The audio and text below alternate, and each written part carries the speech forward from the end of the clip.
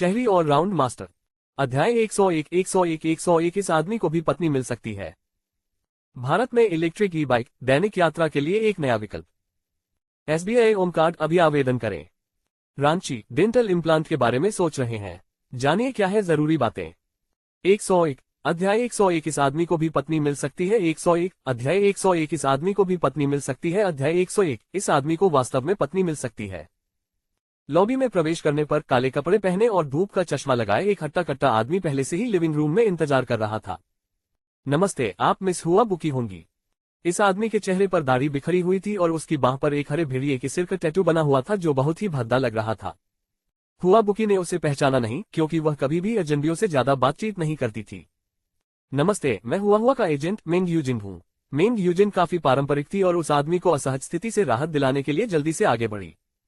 हमारे युवा स्वामी ये निजी कमरे के अंदर हैं, कृपया आगे बढ़ें। वह आदमी क्षण भर के लिए चौंका, फिर जल्दी ही संभल गया। सेना छोड़ने के बाद से वह हमेशा युवा मास्टर ये के साथ रहे।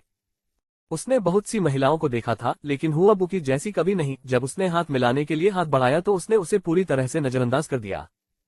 ये सुनकर वह आदमी मन ही मन हंसने लगा। तुम सोचती हो कि तुम कुछ खास हो, बस एक महिला कलाकार हो। तुम्हारे जैसी औरतें जो खुद को पुरुषों के सामने झोंक देती हैं, मैंने बहुत देखी है। उस आदमी के होठों पर एक कपटी मुस्कान खेल रही थी। फिर उन्होंने आगे का रास्ता दिखाया। कई गलियारों से गुजरने के बाद वे तेजी से एक भव्य और उत्तम निजी कमरे में पहुंचे जहां सब कुछ उच्चतम अंतर्राष्ट्रीय विलासिता मानकों के अनुरूप सुसज्जित था। कमरे में सभी रंगों की नियॉन लाइटें लगी हुई थीं, जबकि खाने की मेज स्वादिष्ट व्यंजनों से सजी हुई थी। कमरे में परिष्कृत यूरोपीय शैली की सजावट थी। दीवारें सुनहरे रंग के वॉलपेपर से ढकी हुई थीं और सबसे आधुनिक कांच की सतहें थीं। माहौल भव्य, शानदार और असाधारण रूप से स्वादिष्ट लगा। अंदर एक लंबा और सुंदर युवक खड़ा था जो बेदाग सफेद सूट पहने हुए था। उसकी हल्के बैंगनी रंग की टाई उसके पहनावे को और भी निखार रही थी। वह एक गिलास बढ़िया फ्रांसीसी वाइन लिए एक तरफा कांच की खिड़की के सामने खड़े होकर जोगहाई शहर के रात्रि दृश्य का आनंद ले रहे थे। एक हाथ अपनी जेब में डाले हुए वह शालीनता और बौद्धिक आकर्षण से परिपूर्ण था। ओह मिस हुआ, आप आ गईं। आइए, कृपया बैठिए बैठिए। हुआ बुकी को देखकर ये बुदाव क्षण भर के लिए स्तब्ध रह गए। उसने उम्मीद नहीं की थी कि वह इतनी सुंदर होगी और उसकी आध्यात्मिक रूप से अभिव्यंजक आंखें अनजाने में हुआ बुकी की छाती पर जा टिकी। आप क्या खाना चाहेंगी, मिस हुआ? इस मेज पर परोसे गए सभी व्यंजन यहाँ के शीर्ष शेफ द्वारा तैयार किए गए हैं। मुझे लगता है कि आप उन्हें पसंद करेंगे। यदि वे अभी भी आपकी पसंद के अनुरूप नहीं है तो कृपया बेझिझक कहें। ये बुढ़ाऊ ने एक चमकदार मुस्कान बिखेरते हुए उसे एक गहन लेकिन सुरुचिपूर्ण नजर से देखा।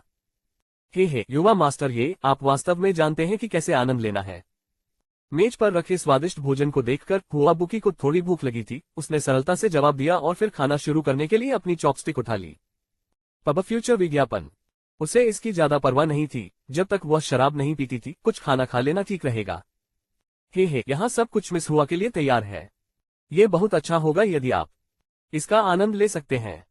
जब हुआ बुकी ने उसे अनदेखा किया और खाना शुरू कर दिया तो ये बुढ़ाऊ का चेहरा थोड़ा लड़खड़ा गया, लेकिन एक पल बाद ही उसका धैर्य वापस आ गया।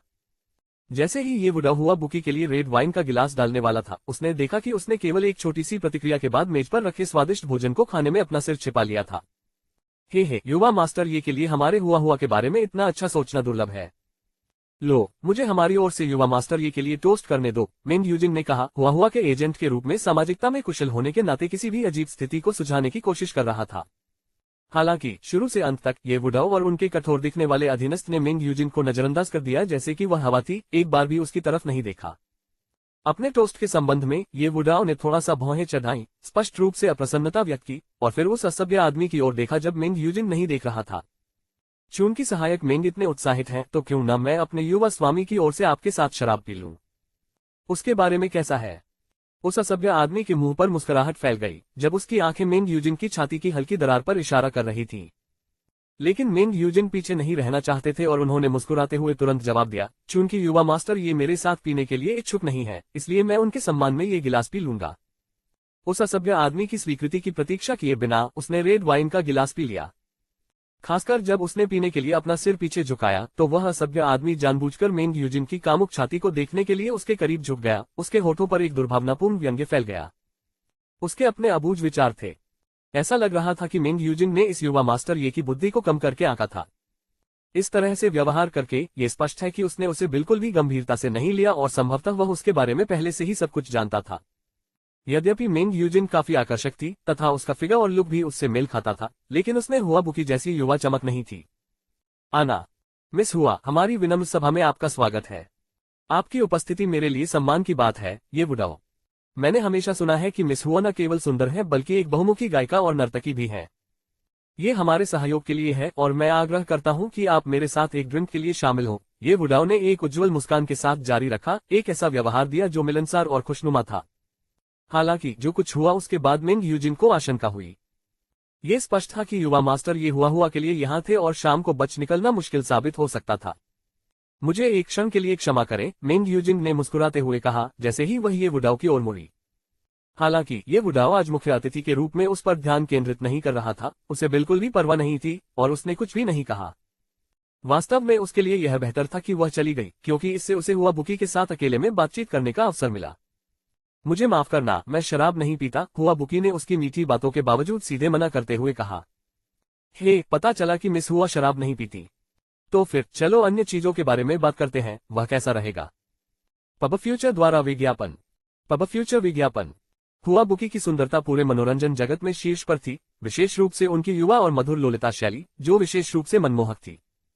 जब वह विदेश में थी, वह पहले ही काफी प्रसिद्ध हो चुकी थी।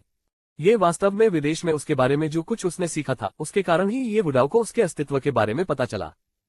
झोंगहाई शहर लौटने के बाद उन्होंने हुआ बुकी की पृष्ठभूमि की जांच की थी और उनके प्रति प्रशंसा विकसित की थी।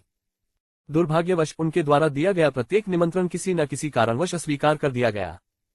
लेकिन ये समय अलग था। उनके पिता झोंगहाई शहर में एक प्रसिद्ध समूह के सीईओ थे, उनकी मां एक प्रांतीय सरकारी अधिकारी थी और उन्होंने स्वयं विदेशों में कई कंपनियां शुरू की थीं, जिससे उन्हें हुआ बुकी का पीछा करने का आत्मविश्वास मिला। इस प्रकार उसने कई कनेक्शन खोले, झोगकसिंग एंटरटेनमेंट के साथ सहयोग करने के लिए एक मोटी रकम खर्च की, ये दावा करते हुए कि वह हुआ बुकी को अपनी कंपनी का प्रचार करने के लिए चाहता था, लेकिन वास्तव में उसके मन में उसके प्रति गलत इरादे थे। मेंग यूजिन ने शौचालय में अनगिनत फोन कॉल किए, लेकिन लिन जिफेन की ओर से किसी ने फोन नहीं उठाया, जिससे वह पसीने से तरबतर हो गई। अंत में जब वह वहां पहुंची तो लिन जिफेन ने वास्तव में मेंग यूजिन से उसे लेने की मांग की। उन्होंने तो ये सुझाव देने का भी साहस किया कि उन्हें हीरे जैसे कुंवारे व्यक्ति जैसा व्यवहार करना चाहिए, तथा इस बात पर जोर दिया कि शान शौकत और माहौल ठीक होना चाहिए। मेंग यूजिन इतनी क्रोधित हो गई कि उसने लगभग जोर से गाली दे दी और उसके मन में उसे मार डालने का विचार आया। अब हुआ को निजी कमरे में अकेला छोड़ दिया गया था, मेंग यूजिन वहां से नहीं जा सकती थी। हताश होकर और कोई अन्य विकल्प न होने पर उसे नांगोन बिन को फोन करना पड़ा। हुआ की स्थिति के बारे में जल्दी से जानने के बाद नांगोन बिन भी घबरा गया। आखिरकार उसकी तो एक ही चचेरी बहन थी, अगर कुछ गलत हो जाता तो वह खुद को कैसे माफ कर पाती। उसे क्रोध से इस बात पर जलन हो रही थी कि लिन जिफेंग ने सवारी का अनुरोध करने की भी हिम्मत की, लेकिन उन्हें यह नहीं पता था कि रात के 10 बज चुके थे। इस समय उन्हें बाहर टैक्सी कहाँ मिलेगी। इसके अलावा लिन जिफेंग की सभा का स्थान, वह स्थान उस क्लब से प्रकाश वर्ष दूर था जहां उस शाम हुआ था। वह इतने कम समय में ये कैसे कर सकी। यदि आप मुझे नहीं लेंगे तो क्या मुझे वहां उड़कर जाना होगा। कोई अन्य विकल्प न होने के कारण नांगोन बिन को अपने इस प्रतिष्ठित भाई को लेने के लिए अपनी दूसरी लैम्बोर्गिनी चलानी पड़ी। लेकिन ये लैम्बोर्गिनी निश्चित रूप से उस स्पोर्ट्स कार से थोड़ी अलग नहीं थी जिसे हुआ और अन्य लोग चला रहे थे। रास्ते में उसने कई फोन कॉल किए और लिन जिफेन की प्रतिक्रियाएं काफी सरल थीं। नांगोन बिन पर लगभग सभी चापलूसी भरे शब्द बरसाए गए, जिससे उसके पास दांत पीसकर अनिच्छा से उसे उठाने के अलावा कोई विकल्प नहीं बचा। हमेशा दूसरे लोग ही उसे लेने के लिए उत्सुक रहते थे, लेकिन इस आदमी में इतनी हिम्मत थी कि उसने एक युवा महिला को उसे लेने के लिए कहा। यह अत्यंत शर्मनाक था। ये ट्रिक सिर्फ 30 दिन में नए बाल उगाए, यकीन न हो तो खुद ही सजाएं। अल्फा हेयर ऑयल, ऐसा व्यक्ति पृथ्वी पर कैसे रह सकता है। बाहर इंतजार करते हुए आधे घंटे की पीड़ादायक स्थिति के बाद नांगोन बिन को ऐसा महसूस हुआ जैसे समय तेजी से बीत रहा हो। वह चाहती थी कि वह घर चली जाए, लेकिन हुआ की स्थिति को देखते हुए उसे उस आदमी के कदम उठाने का इंतजार करना पड़ा। अब चूंकि उसने अभी तक खाना भी नहीं खाया था, वह केवल वहीं खड़ी होकर होटल से आ रही स्वादिष्ट खुशबू को सूंघ सकती थी।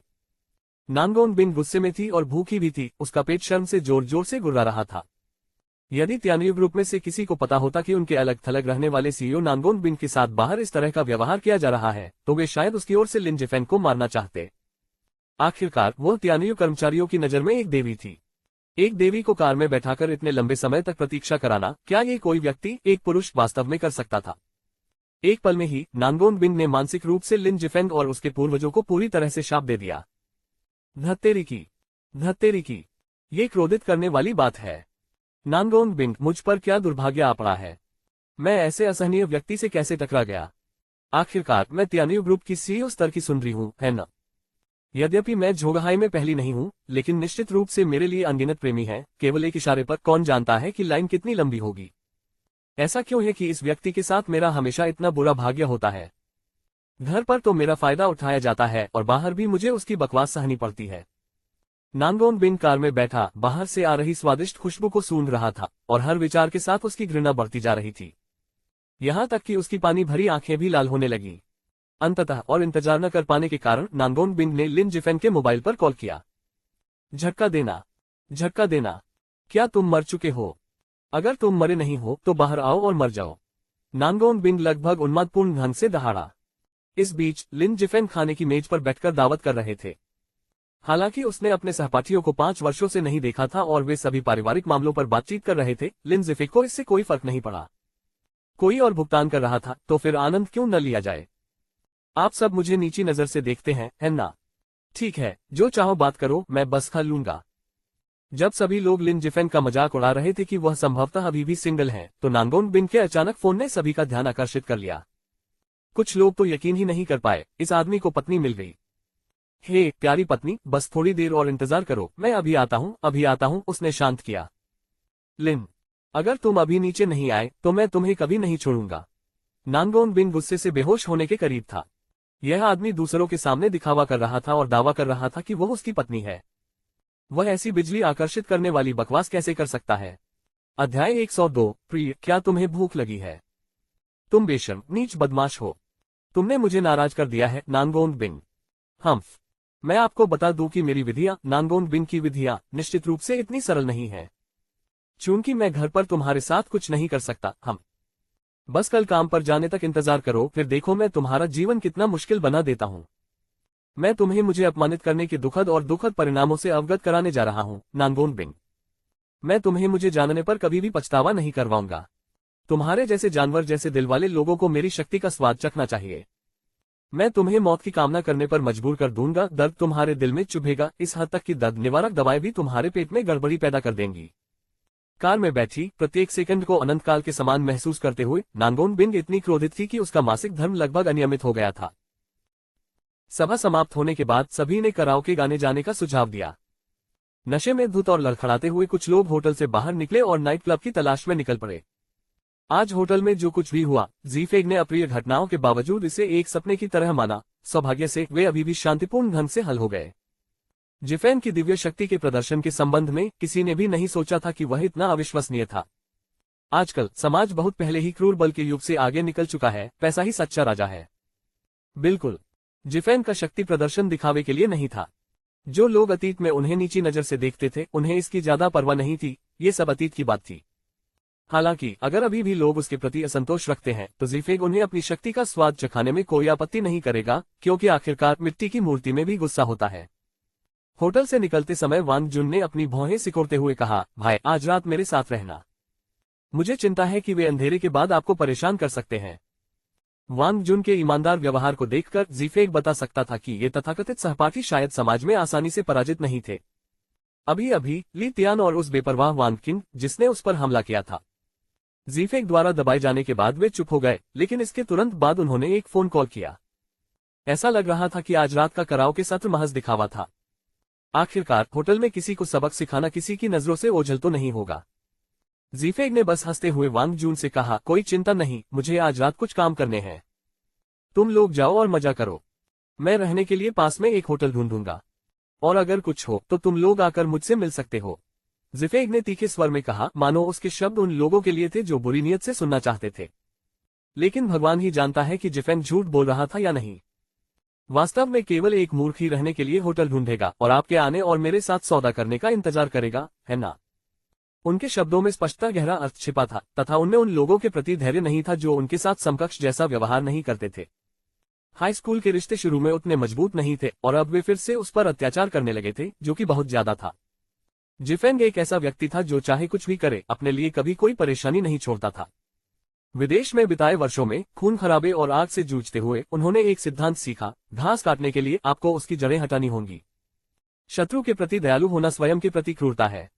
ज़ीफेंग को इस तरह बोलते हुए देखकर माहौल तुरंत बदल गया और वांग जून को लगा कि ज़ीफेंग वास्तव में बदल गया है, अथाह हो गया है। अब वह वही व्यक्ति नहीं रहा जिसे वह पहले जानता था। ठीक है, चूंकि आपने अपना मन बना लिया है तो हम आपकी इच्छा के अनुसार ही करेंगे, वांग जून ने उदासीनता से उत्तर दिया। उस समय ली तियान और कुछ अन्य लोग अपनी कारों को सबके सामने चला रहे थे। बहुत खूब ली तियान, तुमने तो सचमुच एक कार खरीद ली है। उस समय कई सहपाठी छात्राएं उन्हें देखकर आश्चर्यचकित हो गईं। महज 5 साल में ही ली तियान और उनके साथी BMW चलाने लगे। अचानक सभी लोग उत्साहित हो गए। ली तियान ने आत्मसंतुष्ट भाव से ज़ीफेंग को देखा और फिर कार से बाहर निकलते हुए कहा, साथी सहपाठियों, निश्चित रूप से हमें कराओके के लिए ड्राइव करने की आवश्यकता है। यद्यपि मेरी कार उतनी अच्छी नहीं है, फिर भी ये किसी भी व्यक्ति की कार की कमी से बेहतर है। वह व्यक्ति इतना गरीब था कि उसका परिवार उसकी ट्यूशन फीस भी नहीं दे सकता था। मुझे लगता है कि इन 5 वर्षों में उसने केवल गर्व ही प्राप्त किया है और उसके पास कुछ भी नहीं बचा है। चेहरे पर थप्पड़ मारने का सच्चा मास्टर सिर्फ क्रूर ताकत पर निर्भर नहीं करता है। अपने फायदे का इस्तेमाल करके किसी को अलग थलग करना, उसे शर्मिंदा करना, यही किसी के चेहरे पर तमाचा मारने का असली तरीका है। जैसे ही ली तियान कार से बाहर निकला, उसके शब्द स्पष्ट रूप से ज़ीफेंग पर निर्देशित थे। उसने अपनी संपत्ति का प्रदर्शन किया और उसे ज़ीफेंग के चेहरे पर रगड़ दिया। ये देखते हुए कि वे होटल में शारीरिक बल से ज़ीफेंग को नहीं हरा सकते, उन्होंने पारिवारिक स्थिति को लेकर ज़ीफेंग का उपहास करने का निर्णय लिया। अचानक कई महिला सहपाठियों का ध्यान ली तियान की कार की ओर गया। बहुत खूब, वह कार अद्भुत लग रही है। इसकी कीमत कम से कम लाखों में तो होगी ही, है ना? हम कार्यालय कर्मचारी संभवतः जीवन भर इसे वहन नहीं कर पाएंगे। ली तियान की कार के आते ही भीड़ में हलचल मच गई। कई पुरुष और महिला सहपाठी उसके पास आए और उसकी चापलूसी करने लगे। प्रत्येक ने ली तियान की कार में सवारी करने की इच्छा व्यक्त की, जबकि वह ज़ीफेंग को चिढ़ाने वाली मुस्कान के साथ देख रहा था। ज़ीफेंग ने हल्के से मुस्कुराकर कुछ नहीं कहा। उन्होंने ऐसे कई लोगों को आते जाते देखा था जो सोचते थे कि वे दुनिया में सर्वश्रेष्ठ हैं। स्थिति थोड़ी अजीब लग रही थी। वांग जुन ने भौहें चढ़ाई और ज़ीफेंग से फुसफुसाया, उसके पिता ली गैंग है, हम उसकी परवाह न करें। हे, वांग जून के शब्दों ने ज़ीफेंग को हंसाया। क्या आप मेरी कार में बैठकर वहां जाना चाहेंगे? वांग जून ने ज़ीफेंग से पूछा, इस उम्मीद में कि वह उसके अजीब चेहरे को बचा सके। इसकी कोई जरूरत नहीं है, तुम जाओ और मजा करो। अपने सहपाठियों के साथ कुछ गुणवत्तापूर्ण समय बिताएं और मेरी समस्याओं को मजे को खराब न करने दें। ये तथ्य कि हम सभी एकत्र हो सकते हैं काफी दुर्लभ है। ज़ीफेंग अपनी समस्याओं के कारण वांग जून को मुश्किल स्थिति में नहीं डालना चाहता था। यद्यपि वह सभी के बीच लोकप्रिय नहीं था, फिर भी वांग जुन सहपाठियों के बीच काफी लोकप्रिय था। आखिरकार ये गलतफहमी ऐसी चीज थी जिसकी वांग जून ने भी उम्मीद नहीं की थी। 5 साल हो गए हैं, फिर भी वे सहपाठी अभी भी ज़ीफेंग को पुरानी नजर से देखते हैं। सच कहूं तो वो इससे बहुत खुश नहीं था। ये जानते हुए कि ये लोग बिल्कुल भी नहीं बदले हैं, वह ज़ीफेंग को उपहास का विषय नहीं बनने देगा। और लिन ज़ीफेंग ने वास्तव में इसकी उम्मीद नहीं की थी। वह हमेशा पुराने समय को संजोने वाला व्यक्ति था। उसने सोचा था कि इतने वर्षों के बाद सभी लोग आपस में मिलकर थोड़ा बेहतर व्यवहार करेंगे, लेकिन उसने यह नहीं सोचा था कि अभी भी ऐसे लोगों का एक समूह है जो यह नहीं जानते कि वे जीवित हैं या मर गए, जिससे उसे उनके लिए दुख हुआ। अफसोस, ऐसा लगता है कि अब से लिन ज़ीफेंग इस तरह की किसी भी सभा में शामिल नहीं हो पाएंगे। आजकल समाज बहुत जटिल है, मानव हृदय अप्रत्याशित है। लिन ज़ीफेंग, मुझे नहीं पता आपने किस तरह की कार खरीदी है। क्या आप इसे हमारे लिए चला सकते हैं ताकि हर कोई देख सके कि आपने इन वर्षों में क्या महान कार्य किए हैं? यांग हुई, जो हमेशा योजनाओं में डूबी रहती थी, आगे बढ़ी।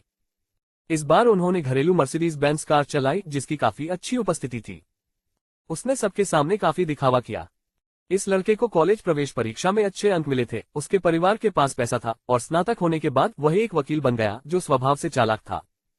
लिन ज़ीफेंग ने हाई स्कूल के दिनों में ही उसकी असलियत पहचान ली थी, लेकिन वर्षों तक कार्यस्थल पर लड़ते हुए वह परिवर्तित रहा, यहाँ तक कि कठोर सामाजिक माहौल में भी, जिसने उस मूल रूप से घृणित वास्तविकता को और भी अधिक घृणित बना दिया। हाँ, लिन ज़ीफेंग, अब आप जिस तरह दिख रहे हैं उसे देखकर लगता है कि आप वहाँ अच्छा कर रहे होंगे। पता नहीं आपने कौन सी कार खरीदी है। ली तियान मुस्कुराते हुए आगे बढ़ा। उनके शब्दों ने तुरंत सभी का ध्यान लिन ज़ीफेंग की ओर आकर्षित कर लिया। लिन ज़ीफेंग बस मुस्कुराए और कुछ नहीं कहा, जैसे हर कोई मजाक की तलाश में था। एक चांदी रंग की लैम्बोर्गिनी स्पोर्ट्स कार तेजी से बाहर निकली और नियॉन लाइटों से रंगे रात के आकाश के नीचे कार का शरीर चमक रहा था। महान और राजसी लैम्बोर्गिनी रात में एक जंगली घोड़े की तरह एक सुंदर बहाव बनाते हुए लिन ज़ीफेंग के सामने रुक गई। तभी एक लंबी आकर्षक कद काठी वाली महिला, जिसकी खूबसूरती देखकर किसी की भी सांसें थम सी जाती थी, कार से बाहर निकली। जमीन को छूती उसकी ऊंची एड़ियां एक कुलीनता और प्राकृतिक मनमोहक सुंदरता का एहसास करा रही थी, जो भीड़ में बवंडर की तरह फैल रही थी। वह गुस्से में दिख रही थी। उसने ली तियान और अन्य लोगों की जलती हुई निगाहों को पूरी तरह से नजरअंदाज कर दिया। तुम बदमाश, तुम मुझे इतनी देर तक इंतजार कैसे करवा सकते हो? हालांकि नांगोन बिन गुस्से में था, लेकिन इतने सारे लोग उसके आसपास खड़े थे, यह विस्फोट करने का समय नहीं था। नांगोन बिन की उपस्थिति ने तुरंत सभी का ध्यान आकर्षित किया और लोगों का एक समूह चौंक गया। सभी ने अपनी निगाहें लिन जिफेंग की ओर घुमा दी। हे प्रिय, आज पुनर्मिलन समारोह में बहुत अधिक शराब पी गई, इसलिए मैंने कुछ अतिरिक्त कप ले लिए। लिन जिफेंग ने एक आज्ञाकारी बच्चे की तरह सिगरेट सुलगाए। और हनी, ये दो शब्द सुनकर लिन जिफेंग के सभी सहपाठी अविश्वास से देखने लगे, क्योंकि वे इसकी सच्चाई को समझ नहीं पाए। क्या बकवास है, इस कमीने की बीवी भी है और वह बहुत खूबसूरत है। धत्तेरी की, इस आदमी को कैसी किस्मत मिल गई। लिन जिफेंग ने बस हल्के से मुस्कुराया, वांग जून को सिर हिलाया, फिर कार में बैठ गया। इसके तुरंत बाद नांगोन बिन भी अपने होंठ भींचकर कार में बैठ गई। वह इतनी ठंडी थी कि उन लोगों की तरफ एक नजर भी नहीं डाल पा रही थी। ओह! स्पोर्ट्स कार ने तेजी पकड़ी और तेजी से सबकी नजरों से ओझल हो गई, जिससे सभी लोग हक्के बक्के रह गए। वांग जुन बस एक तरफ से हल्की सी मुस्कुराहट के साथ मुस्कुराया। जो लोग दूसरों का अपमान करते हैं, उन्हें बदले में हमेशा अपमानित होना पड़ेगा। अभी अभी खाने की मेज पर ये तथाकथित सहपाठी अभी भी लिन जिफेंग का मजाक उड़ा रहे थे कि कैसे उनकी पत्नियां उच्च स्तरीय प्रबंधक थीं, उनके पति फलां प्रबंधक थे, और अब देखो कौन हक्का बक्का है। पता चला कि उसकी पत्नी सबसे बदमाश है। केवल उसके स्वभाव ने ही उन्हें पूरी तरह से शर्मिंदा महसूस कराया, और कुछ घमंडी महिला सहपाठियों ने नांगोन बिन के कम महत्वपूर्ण आगमन को देखने के बाद और भी अधिक शर्मसार हो गईं। उसकी तुलना में वे केवल अश्लील और सादे थे। प्रिय, तुमने अभी तक खाना नहीं खाया है ना? कार में लिन जिफेंग ने महिला को एक आकर्षक आकर्षण के साथ सेवा दी।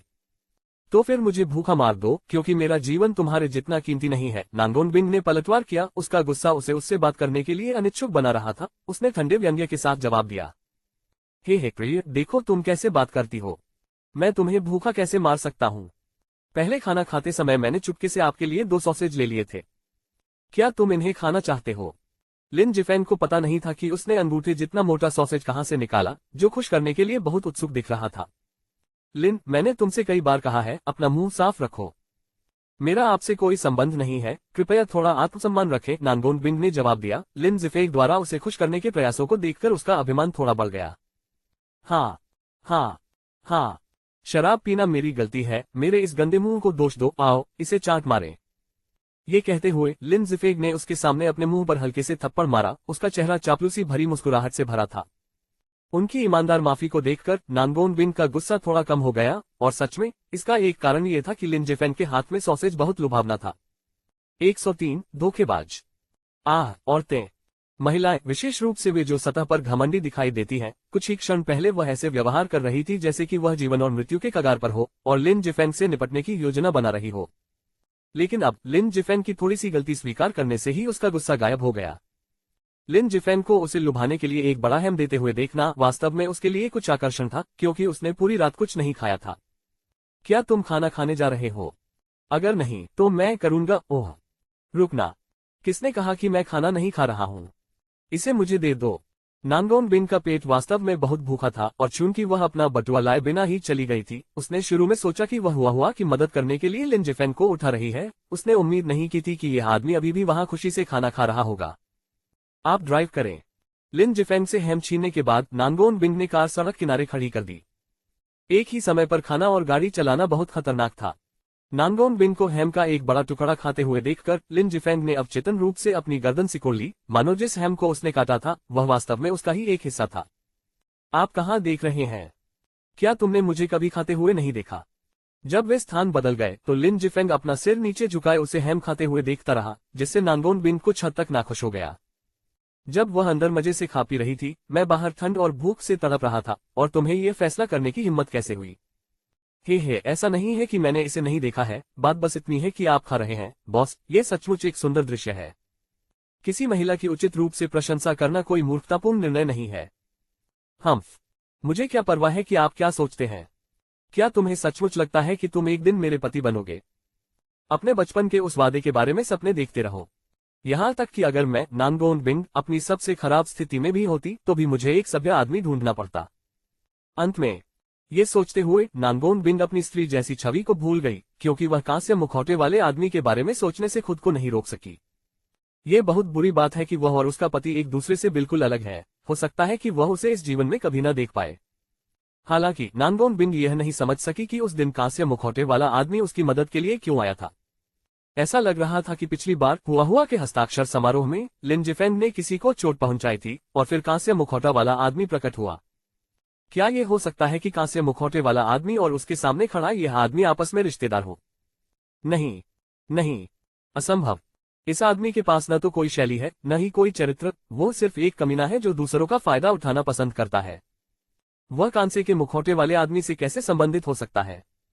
इसके अलावा नानगोन बिन को अभी भी कांसे मुखौटे वाले व्यक्ति की चुंबकीय आवाज स्पष्ट रूप से याद है, जैसे कि वह अभी भी उसके दिमाग में घूम रही हो। तुमने अभी यह हैम कहाँ छुपा रखा था? लिन जिफेंग द्वारा दिए गए हैम को खाते हुए उसे मानना पड़ा कि इसका स्वाद काफी अच्छा था, सिवाय इसके कि उसके मुंह में एक अजीब सा स्वाद था। हे बॉस, अभी आपको अंदाजा नहीं था। आपके लिए इस हैम को बचाने के लिए मुझे अपनी पूरी ताकत लगानी पड़ी, तभी वेटर हैम की यह प्लेट लेकर आया। ये कैसा था?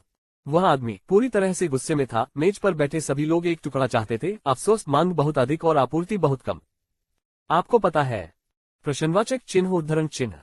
लिन जिफेंग के थूक उड़ते उत्साह को देखते हुए नानगोन बिंग अंदर ही अंदर यह विश्वास नहीं कर पा रही थी कि उसका कांस्य मुखौटे वाले आदमी से कोई लेना देना है। ऐसा लगता है कि मैं जरूरत से ज्यादा सोच रहा हूँ। उसकी बेशर्मी के बावजूद उसमें नकाबपोश आदमी का आधा भी आकर्षण कहाँ है?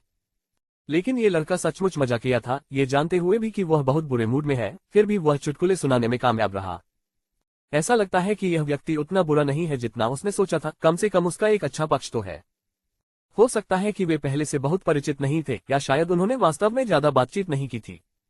ये पता चला कि उसके साथ अधिक समय बिताने के बाद ये लड़का बहुत बुरा नहीं था, निश्चित रूप से यंजिन के उन बिगड़े हुए वंशजों से कहीं बेहतर था। कम से कम वह दिखावा करना नहीं जानता, वह अपनी बात सीधे सीधे कह देता है। नानगोन बिन ने अपना खाना गोद में लिया, उसकी सुंदर आंखें मुस्कुराहट के साथ सिकुड़ गईं। वह हंसी। क्या आप सीधे मुद्दे पर आ सकते हैं? आपने इस हैम को कैसे छुपाया? जब हम अभी कार में बैठे तो मुझे इसका पता कैसे नहीं चला? ये वास्तव में नानगोन बिन की सबसे बड़ी पहेली थी। बॉस, आप सही सवाल पूछ रहे हैं और यह मेरे सबसे स्मार्ट तरीकों में से एक है। उस आदमी में जरा भी विनम्रता नहीं थी। वह जानता था कि नानगोन बिन उस पर मुस्कुरा रही है, लेकिन फिर भी उसने बिना किसी हिचकिचाहट के अपना छोटा सा राज बता दिया। जब वे नहीं देख रहे थे तो मैंने चुपके से हैम को अपने अंडरवियर में ठूंस लिया। बॉस, मैं कितना होशियार हूँ। क्या यह आश्चर्य की बात नहीं है? क्या यह बहुत बड़ा झटका नहीं है?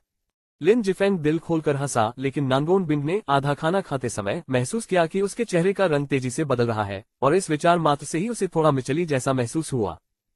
रुको, तुमने अभी क्या कहा? तुमने हैम अपने अंडरवियर में रखा है? नानगोन बिन की आंखें बार बार बदल रही थी, यहां तक कि उन्हें यह उम्मीद भी हो रही थी कि यह सब सच नहीं है। उसने सोचा था कि लिन जिफेंग एक शरारत कर रहा है। क्या यह हो सकता है कि यह आदमी सचमुच? क्या उसने इसे अपने अंडरवियर में छिपा रखा है? हाँ बॉस, क्या मैं चतुर हूं या क्या? लिन जिफेंग, मैं तुम्हें मार दूंगा। अचानक नानगोन बिन ने एक तीखी चीख निकाली। मिस हुआ, क्या मुझ ये वुडाओ में आतिथ्य सत्कार में कोई कमी है, या आज आपका मेरे साथ रहने का कोई इरादा नहीं था? हुआ बुकी और मेंग यूजिन पूरे दिन अपने पैरों को घसीटते रहे, शराब का एक घूंट भी पीने से इनकार कर दिया। भले ही ये वुडाओ में एक संत का धैर्य हो, फिर भी वह इस तरह की पीड़ा सहन नहीं कर सकता था। इस भोज का आयोजन करने का एकमात्र उद्देश्य हुआ बुकी का पक्ष जीतना था, लेकिन उसने उसकी शालीनता को ठुकराने का दुस्साहस किया। जब से मैं ये वुडाओ इस क्षेत्र में आया हूं, तब से मैंने जिसे भी प्राप्त करना चाहा है, कोई भी मेरी पकड़ से बच नहीं पाया है। इसके अलावा एक छोटी सी स्टारलेट होने के नाते आपको क्या लगता है कि आप दिवा की भूमिका निभा सकती हैं? क्या आप मनोरंजन उद्योग के अलिखित नियमों को नहीं समझते? क्या तुम अब भी मेरे आसपास पवित्र होने का दिखावा कर रहे हो? इस समय मेंग यूजिन किसी से भी अधिक घबराई हुई थी। आज लिन जिफेंग की मदद करने की व्यवस्था थी, लेकिन वह कमीना अभी तक नहीं आया। लगभग आधा घंटा हो गया है, क्या वह उसे छोड़ सकता था? न आने का निर्णय लिया। मेंग यूजिन के चेहरे का रंग तेजी से अप्रिय होता गया, न केवल हुआ के लिए चिंतित, बल्कि इसलिए भी कि उसे यह पता लगाना था कि यह परिवार के इस युवा मास्टर से कैसे निपटना है।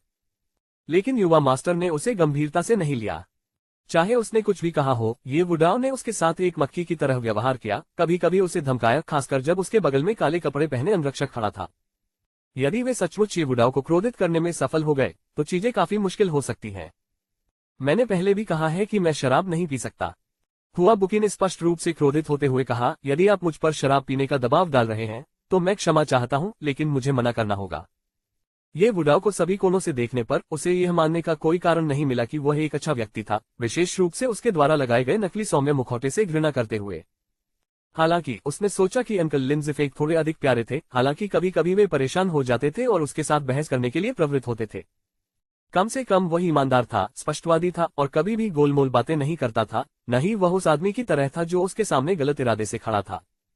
जैसे ही उसने यह बात कही, हुआबुकी मेंग यूजिन के साथ जाने के लिए तैयार हो गई, लेकिन उसी समय काले कपड़े पहने आदमी ने अचानक उनका रास्ता रोक दिया।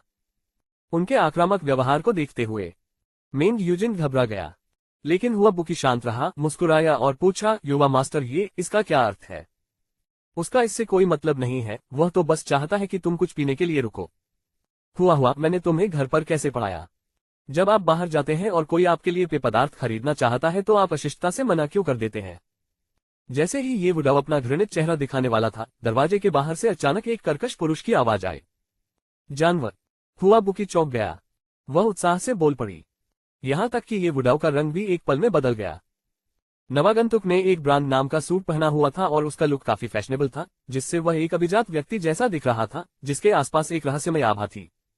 ये सब मेंग यूजिन के पहले के निर्देशों के अनुसार था, दूसरे पक्ष को भ्रमित करने के लिए हर संभव तरीके से एक प्लेबॉय की तरह कार्य करना, उन्हें पीछे हटाना और श्रेष्ठता की भावना को खोना।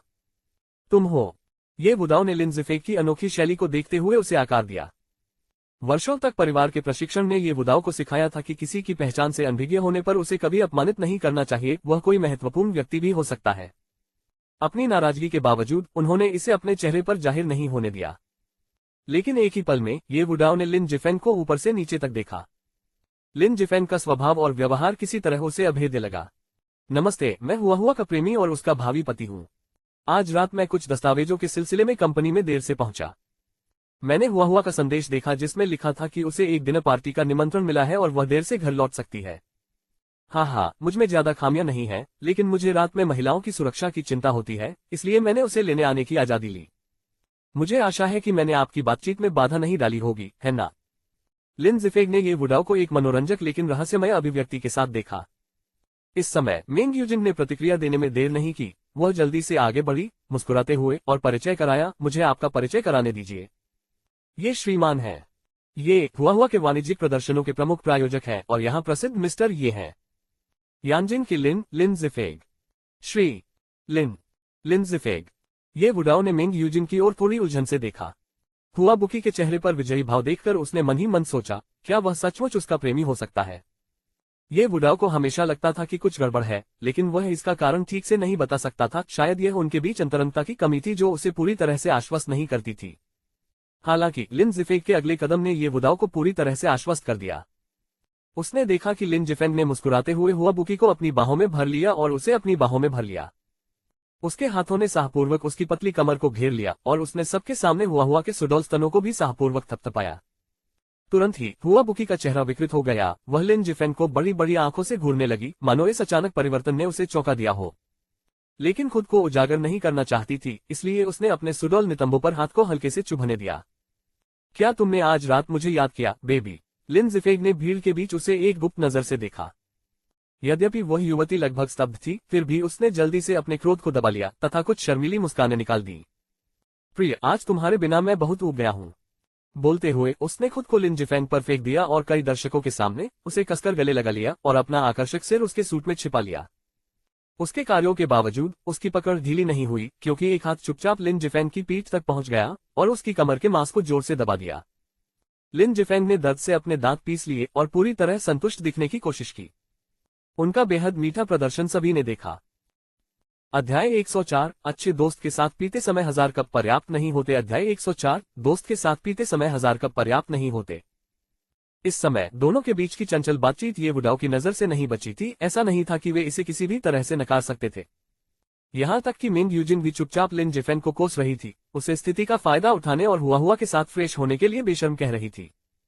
फिर भी लिन ज़िफेग को लगा कि उसके साथ अन्याय हुआ है। अगर मैं इस तरह से व्यवहार नहीं करता तो हम निश्चित रूप से खुद को बेनकाब कर देते। इसके अलावा वह मूर्ख नहीं है। तुम कहते हो कि वह मेरी गर्लफ्रेंड है और बस। क्या मुझे किसी तरह ये दिखाने की जरूरत नहीं है? बिना किसी अंतरंगता के हम एक जोड़े की तरह कैसे दिख सकते हैं? ये सब लानत है।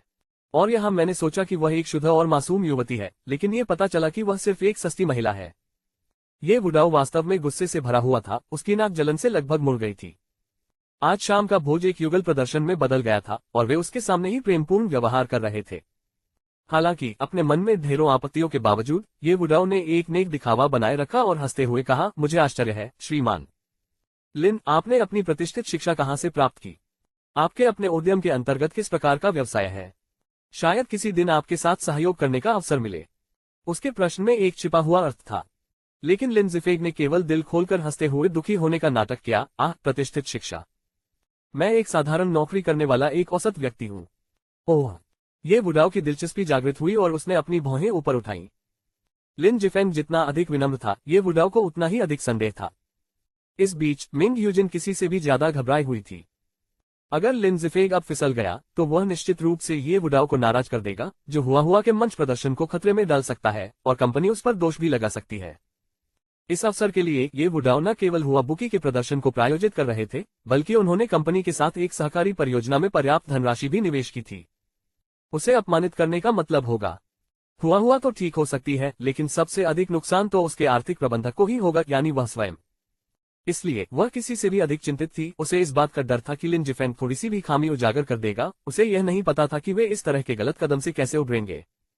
लेकिन जिस बात ने मिंग यूजिन को पूरी तरह से चौंका दिया वह ये थी कि लिन जिफेंग ने सभी उम्मीदों के विपरीत कहा, मैं सिर्फ एक घटिया सुरक्षा गार्ड हूँ, दिन प्रतिदिन जी रहा हूँ, मरने का इंतजार कर रहा हूँ, 3000 का मामूली वेतन कमा रहा हूँ। मैं प्रतिष्ठा की बात करने का साहस कैसे कर सकता हूँ? लिन जिफेंग ने घबराहट का कोई संकेत नहीं दिखाया। इसके विपरीत वह पूरी तरह से उदासीन था, मानो दोस्तों के बीच मजाक कर रहा हो। ये सुनकर ये बुढ़ाऊ क्षण भर के लिए अचंभित रह गया। दूसरी ओर मिंग यूजिन इस दृश्य को अपनी आंखें फाड़े देख रही थी। ये खत्म हो गया, ये सब खत्म हो गया। इससे युवा मास्टर ये क्रोधित हो जाएंगे। ऐसा लग रहा है कि मेरा करियर अपने अंत की ओर बढ़ रहा है। मैं इतना मूर्ख क्यों हूँ? मैंने दिखावा करने के लिए उसके जैसे व्यक्ति को क्यों चुना? मैं जानता था कि वह अविश्वसनीय है, तो फिर मैंने उस पर भरोसा क्यों किया? अगर मुझे पता होता तो मैं किसी अमीर उत्तराधिकारी की भूमिका निभाने के लिए किसी पर कुछ पैसे खर्च कर देता जो उससे ज्यादा विश्वसनीय होता। कौन इतना स्पष्टवादी है कि अपना व्यवसाय भी स्पष्ट रूप से बता रहा है? यह आदमी, वह सचमुच विचित्र है। इस समय तक मिंग यूजिन हंसी और आंसुओं की मिश्रित भावनाओं के साथ लगभग अपनी बुद्धि के अंत पर पहुंच चुकी थी। उसने पहले भी स्पष्टवादी लोग देखे थे, लेकिन कभी किसी को इतना स्पष्टवादी नहीं देखा था। आपको दूसरों को प्रभावित करने के लिए दूसरी पीढ़ी के धनी व्यक्ति होने का नाटक करना था, लेकिन इसके बजाय आप एक सुरक्षा गार्ड की भूमिका निभा रहे हैं।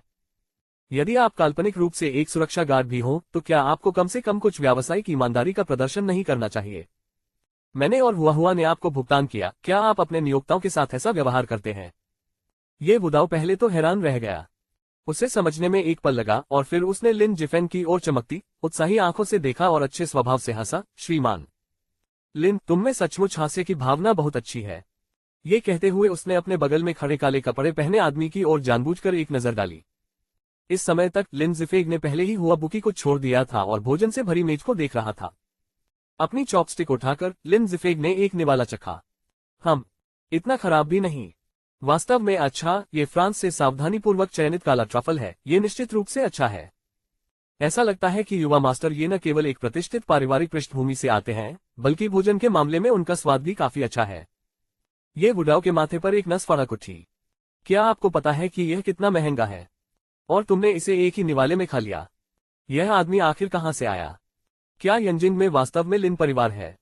उस समय ये बुढ़ाऊ के निर्देशों का पालन करते हुए काले कपड़े पहने एक आदमी ने लिन जिफेंग की और एक बड़ी सरल मुस्कान के साथ लाल शराब का एक गिलास बढ़ाया। युवा मास्टर लिन, कृपया।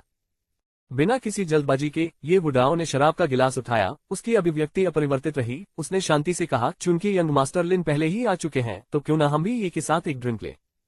ये बुढ़ाऊ के निष्पक्ष महिला जैसे चेहरे को देखते हुए लिन जिफेग ने संकोच नहीं किया और फिर भी मुस्कुराया, चूंकि यंग मास्टर ये मुझे दिखा रहे हैं, चलो एक ड्रिंक लेते हैं। लिन जिफेग दिखावा नहीं था। चूंकि दूसरे पक्ष ने पहले ही उसकी जांच शुरू कर दी थी, इसलिए उसने भी उसके साथ खेलने का फैसला किया। लेकिन जैसे ही वह काले कपड़े वाले आदमी से शराब का गिलास लेने वाला था, लिन जिफेंग ने महसूस किया कि कुछ गड़बड़ है। काले कपड़े पहने आदमी ने शराब का गिलास कसकर पकड़ रखा था, छोड़ने को तैयार नहीं था और उसके चेहरे पर कुछ धूर्त भाव झलक रहे थे। क्या गलत? क्या कोई समस्या है, युवा मास्टर लिन? ये देखकर कि लिन जिफेग ने गिलास नहीं लिया था, ये बुढ़ाऊ ने अपने दिल में गहरी हंसी उड़ाई। सोचा, मैं देखना चाहता हूं कि क्या वास्तव में आपके पास कौशल है। चूंकि आप एक प्रतिष्ठित परिवार के वंशज हैं, इसलिए आप में कुछ योग्यताएं अवश्य होंगी। या फिर आप शायद बस एक बेकार कचरा हैं। हम कचरे से निपटना मेरे समय के लायक नहीं है। उनका स्वाभाविक अहंकारी स्वभाव उन्हें ऐसे कूड़े कचरे से जुड़ने की अनुमति नहीं देता। ये श्रेष्ठता ग्रंथि धन संपत्ति में जन्म लेने की मानसिकता से आती है। हालांकि ये बुढ़ाओं को निराशा हाथ लगी। इस समय हुआ और मेंग यूजिन दोनों तीनों की गतिविधियों को गौर से देख रहे थे। ये देखकर कि काले कपड़े वाला आदमी जानबूझकर वाइन ग्लास को कसकर पकड़कर लिन जिफेन के लिए मुश्किलें खड़ी कर रहा था, उन दोनों को भी लिन जिफेन के लिए घबराहट महसूस हुई।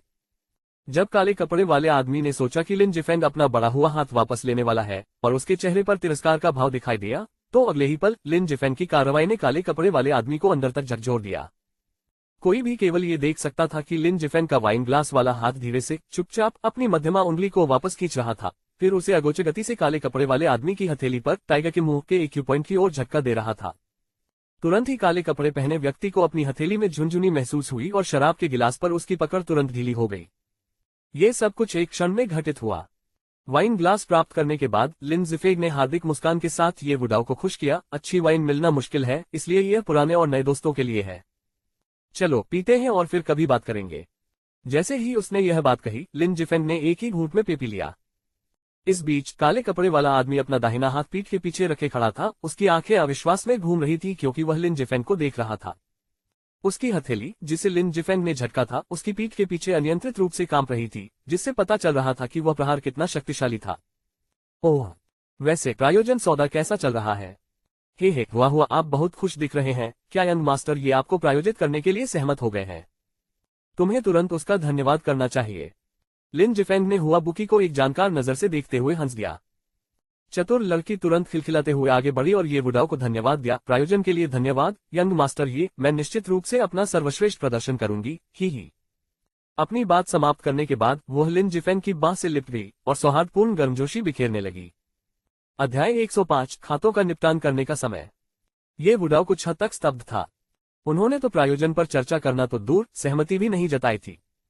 लेकिन अब जबकि उन्होंने पहले ही उसे धन्यवाद दे दिया था, तो क्या वह वास्तव में तुच्छता प्रदर्शित किए बिना मना कर सकता था? ये बुढ़ाओ ने रोने से भी ज्यादा बदसूरत मुस्कान जबरदस्ती की और अजीब तरह से कहा, मुझे धन्यवाद देने की जरूरत नहीं है, मुझे धन्यवाद देने की जरूरत नहीं है। मुझे उम्मीद है कि हम सबका सहयोग सुखद रहेगा। हालांकि अपने दिल में उसने पहले ही लिन जिफेन को पूरी तरह से कोस लिया था। दुनिया में इतना बेशर्म इंसान कैसे हो सकता है? इस साधारण से दिखने वाले प्रदर्शन ने ये बुढ़ाओ को पूरी तरह से मूर्ख बना दिया था। तो मैं आपको परेशान करूंगा युवा मास्टर। ये ऐसा कहकर युवा स्वामी की सहमति की प्रतीक्षा किए बिना लिन जिफेन जल्दी से हुआ बुकी और अन्य लोगों के साथ चले गए और ये बुढ़ाओ को पीछे छोड़ दिया, जिसका पोकर चेहरा धीरे धीरे ठंडा पड़ रहा था। झांक बियाओ, क्या आपने अभी कुछ नोटिस किया? लिन जिफेन के जाने के बाद ये बुढ़ाओ की अभिव्यक्ति में भारी बदलाव आया, मानो वह एक अलग व्यक्ति बन गया हो। उसकी आंखों में थोड़ी क्रूरता दिखाई दे रही थी। वह आदमी, झांक बियाओ नाम का काले कपड़े वाला आदमी हिचकिचाया। उसे याद आया कि जब लिन जिफेन ने शराब का गिलास लिया और उसे झटका दिया, तो उसका थेना रेमिनेंस अभी भी कुछ सुन्न और दर्दनाक था, जिससे उसे कुछ अनिश्चितता महसूस हुई। क्या पूर्व सेंट्रल साउथ सी बॉडीगार्ड के रूप में आपके अद्वितीय दृष्टिकोण के साथ आपको कुछ भी संदिग्ध नहीं लगा? ये बुढ़ाओ का स्वर कुछ ठंडा था। ये व्यक्ति फुर्तीला, तीव्र सोच वाला और असाधारण आचरण वाला है। वह कोई साधारण सुरक्षा गार्ड नहीं लगता। क्या मुझे उसकी देखभाल के लिए कोई ढूंढना चाहिए? लिन जिफेन के साथ उस पल को याद करके झांक बियाओ को थोड़ा डर लगा। किसी के थेनार एमिनेंस को इस तरह से झटका देना और अस्थायी रूप से सुन्न करना, इसके लिए मजबूत उंगली की ताकत की आवश्यकता होती है। थेनार एमिनेंस अंगूठे और तर्जनी के बीच खांचे में स्थित होता है। आमतौर पर बिना अधिक बल प्रयोग के सुन्नता उत्पन्न करना कठिन होता है, हालांकि लिन जिफेन ऐसा करने में सफल रहे। ये बात पूर्व सेंट्रल साउथ सी अंगरक्षक झांक बियाओ को सावधान करने के लिए पर्याप्त थी। आखिरकार वास्तविकता में अंगरक्षक वैसे नहीं हैं जैसे जेट ली ने फिल्मों में दिखाए हैं। इससे पता चलता है कि झांक बियाओ एक समय कितना भयानक था। लेकिन ये तथ्य कि वह असहज था, लिन जिफेन की पहचान और ताकत को उजागर करने के लिए पर्याप्त था। हम्फ, एक सुरक्षा गार्ड। उसका कौन सा भाग ऐसा दिखता था? अभी नहीं, लेकिन जाओ और मेरे लिए इस आदमी की पृष्ठभूमि की जांच करो। मैं देखना चाहता हूं कि क्या वह सचमुच किसी यंजिंग परिवार का वंशज है। ये बुढ़ाओ की अभिव्यक्ति भयावह थी। उसकी आंखों में एक अजीब अजीब सी चमक थी। जिस क्षण उसने लिन जिफेन को देखा, उसने उसके हाथ में एक काले रंग का कंगन देखा, जिसका, यदि उसने गलत अनुमान नहीं लगाया था, तो मूल्य 1 मिलियन से कम नहीं था। शायद यह अमूल्य भी था। कौन सुरक्षा गार्ड इतना महंगा ब्रेसलेट पहन सकता है? यही कारण था कि वह गुस्से में नहीं फूटा था और अब तक खुद को संयमित कर रहा था, इस डर से कि अगर लिन जिफेन वास्तव में कोई यंजिन परिवार का वंशज है, तो यह उसके लिए बुरी तरह से उल्टा हो सकता है। महिलाएं, भाई, दोस्त, इनका कोई मतलब नहीं था। उनके जैसे वंशजों के लिए हित हमेशा सबसे अच्छे मित्र रहे हैं। अब तुम जा सकते हो। ये बुढ़ाओं ने आराम करने के लिए अपनी आंखें बंद कर ली। झांग बियाओ ने अपनी अभी भी सुन्ना हथेली को छुआ और फिर अनिच्छा से वहां से चला गया। लिन जिफेन के हाथों इतनी बड़ी हार झेलना झांग बियाओ के लिए तो कठिन था ही, यहाँ तक कि ये बुढ़ाओ के लिए भी इसे पचाना मुश्किल था। ये बुढ़ाओ एक ऐसा व्यक्ति था जिसके अंदर अधिकार जमाने की प्रबल इच्छा थी। अब एक अन्य अज्ञात व्यक्ति द्वारा व्यक्तिगत रूप से दिखाए जाने से न केवल उसके गौरव पर असर पड़ा, अगर यह बात फैल गई तो यह उसके लिए भी अपमानजनक होगा। धत्तेरी की, आखिर यह आदमी कौन है? उनका आचरण बनावटी नहीं लगता। यहाँ तक कि झांग बियाओ को भी उनके हाथों भारी नुकसान उठाना पड़ा। क्या वह वास्तव में उन महान परिवारों का कोई पारिवारिक स्वामी हो सकता है? ये बुढ़ाओं ने खुद से सवाल करना जारी रखा, लेकिन विचार करने पर कई संदेह बने रहे। उन्होंने महसूस किया कि इसमें गहराई से जाने की आवश्यकता नहीं है, अन्यथा बाढ़ के कारण ड्रैगन किंग मंदिर के बह जाने जैसा बड़ा हंगामा मच सकता है। लेकिन मामले को आगे न बढ़ाने से वह असहज महसूस करने लगे। ये सोचते हुए ये बुढ़ाओं ने अचानक अपनी आंखें खोली और कुर्सी पर अपना हाथ जोर से पटका, जिससे कुर्सी टूट गई। फिर वह खड़ा हुआ और निजी कमरे के अंदर की ओर चला गया। फोन करने के कुछ ही देर बाद वर्दी पहने एक सुंदर महिला ने दरवाजा खटखटाया और अंदर आ गई। ये बुढ़ाओं के भावहीन चेहरे को देखकर महिला एक पल के लिए रुक गई, फिर उसका आकर्षक चेहरा मोहकता से भर गया। बॉस, मुझे नहीं पता कि आप किस तरह की सेवा चाहेंगे, महिला ने मुस्कुराते हुए कहा। उसके सफेद दांत लाल हो गए थे, उसका चेहरा मोटे मेकअप से सना हुआ था। हालांकि ये बुढ़ाओ ने उसकी तरफ देखा तक नहीं। उसने उदासीनता से कहा, अपना अंडरवियर उतारो, वर्दी पहने रहो। अपनी बात कहने के बाद वह भावशून्य होकर उस महिला के पास गया और उसे व्यक्तिगत रूप से अपनी पतलून खोलने दी। इसके तुरंत बाद निजी कमरा अचानक महिला की हृदय विदारक चीखों और पुरुष की कर्कश गहरी दहाड़ से गूंज उठा। वाह, आप अद्भुत हैं। बस कुछ शब्दों से ही तुमने उसे वश में कर लिया। तुम सचमुच कुछ खास हो। जब वे चले गए तो युवा लड़की अभी भी लिन जिफेन की बांह से चिपकी हुई थी। उसका चेहरा एक मनमोहक मुस्कान से भरा हुआ था, ऐसा सुखद जैसे उसने शहद का स्वाद चखा हो। यहाँ तक कि मिंग यूजिन को भी इस आदमी का पुनः मूल्यांकन करना पड़ा, क्योंकि शुरू में उन्हें लगा था कि वह सिर्फ दिखावा कर रहा है, लेकिन इस आदमी ने अपनी भूमिका बखूबी निभाई। ऐसा लग रहा था कि वह कोई बेकार व्यक्ति नहीं था। हुआ को अपनी बांह पर रगड़ते हुए महसूस करते हुए लिन जिफेग ने अवचेतन रूप से नीचे देखा और खुद से सोचा, हे भगवान, बस कुछ ही दिनों में ये लड़की इतनी अच्छी तरह विकसित हो गई है। अब उस पर रगड़ने से वो स्पष्ट रूप से मानसिकता महसूस कर सकता था। ऐसा प्रतीत हो रहा था कि महिलाओं का विकास पुरुषों की तुलना में बहुत तेजी से होता है। उस समय तक नानगोन बिन घर जा चुका था। जब वे पहले पहुंचे थे तो थोड़ी गलतफहमी हुई थी, लेकिन सौभाग्य से लिन जिफेंग ने महत्वपूर्ण क्षण में छिपे हुए हैम के बारे में रहस्य का खुलासा कर दिया था, अन्यथा नानगोन बिन ने उसे मार डाला होता। ये कहना कठिन है कि आप इतने सक्षम हैं।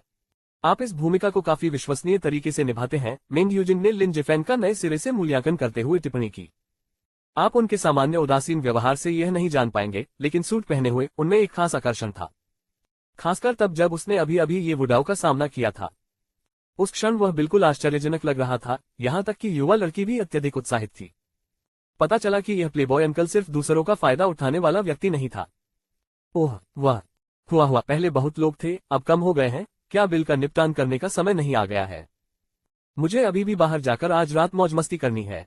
लिन जिफेग ने चारों ओर ऐसे देखा जैसे वह एक चोर हो, और अपनी कोहनी से उसे धक्का दिया। पूरी तरह से भ्रमित होकर हुआ बुकी ने पूछा, आप किस बारे में बात कर रहे हैं? हुआ की कोमलता को अपनी बांह पर महसूस करते हुए लिन जिफेन के बूढ़े चेहरे को पता नहीं था कि उसे शर्माना चाहिए या नहीं। हे मैं कह रहा हूँ, हुआ तुम ऐसे ही रगड़ते रहो, अपने चाचा को दोष मत देना अगर उन्होंने किसी दिन तुम्हारा फायदा उठाया। यहाँ झाओ बाइलियांग की नई पुस्तक the superb master of a beautiful CEO की अनुशंसा है।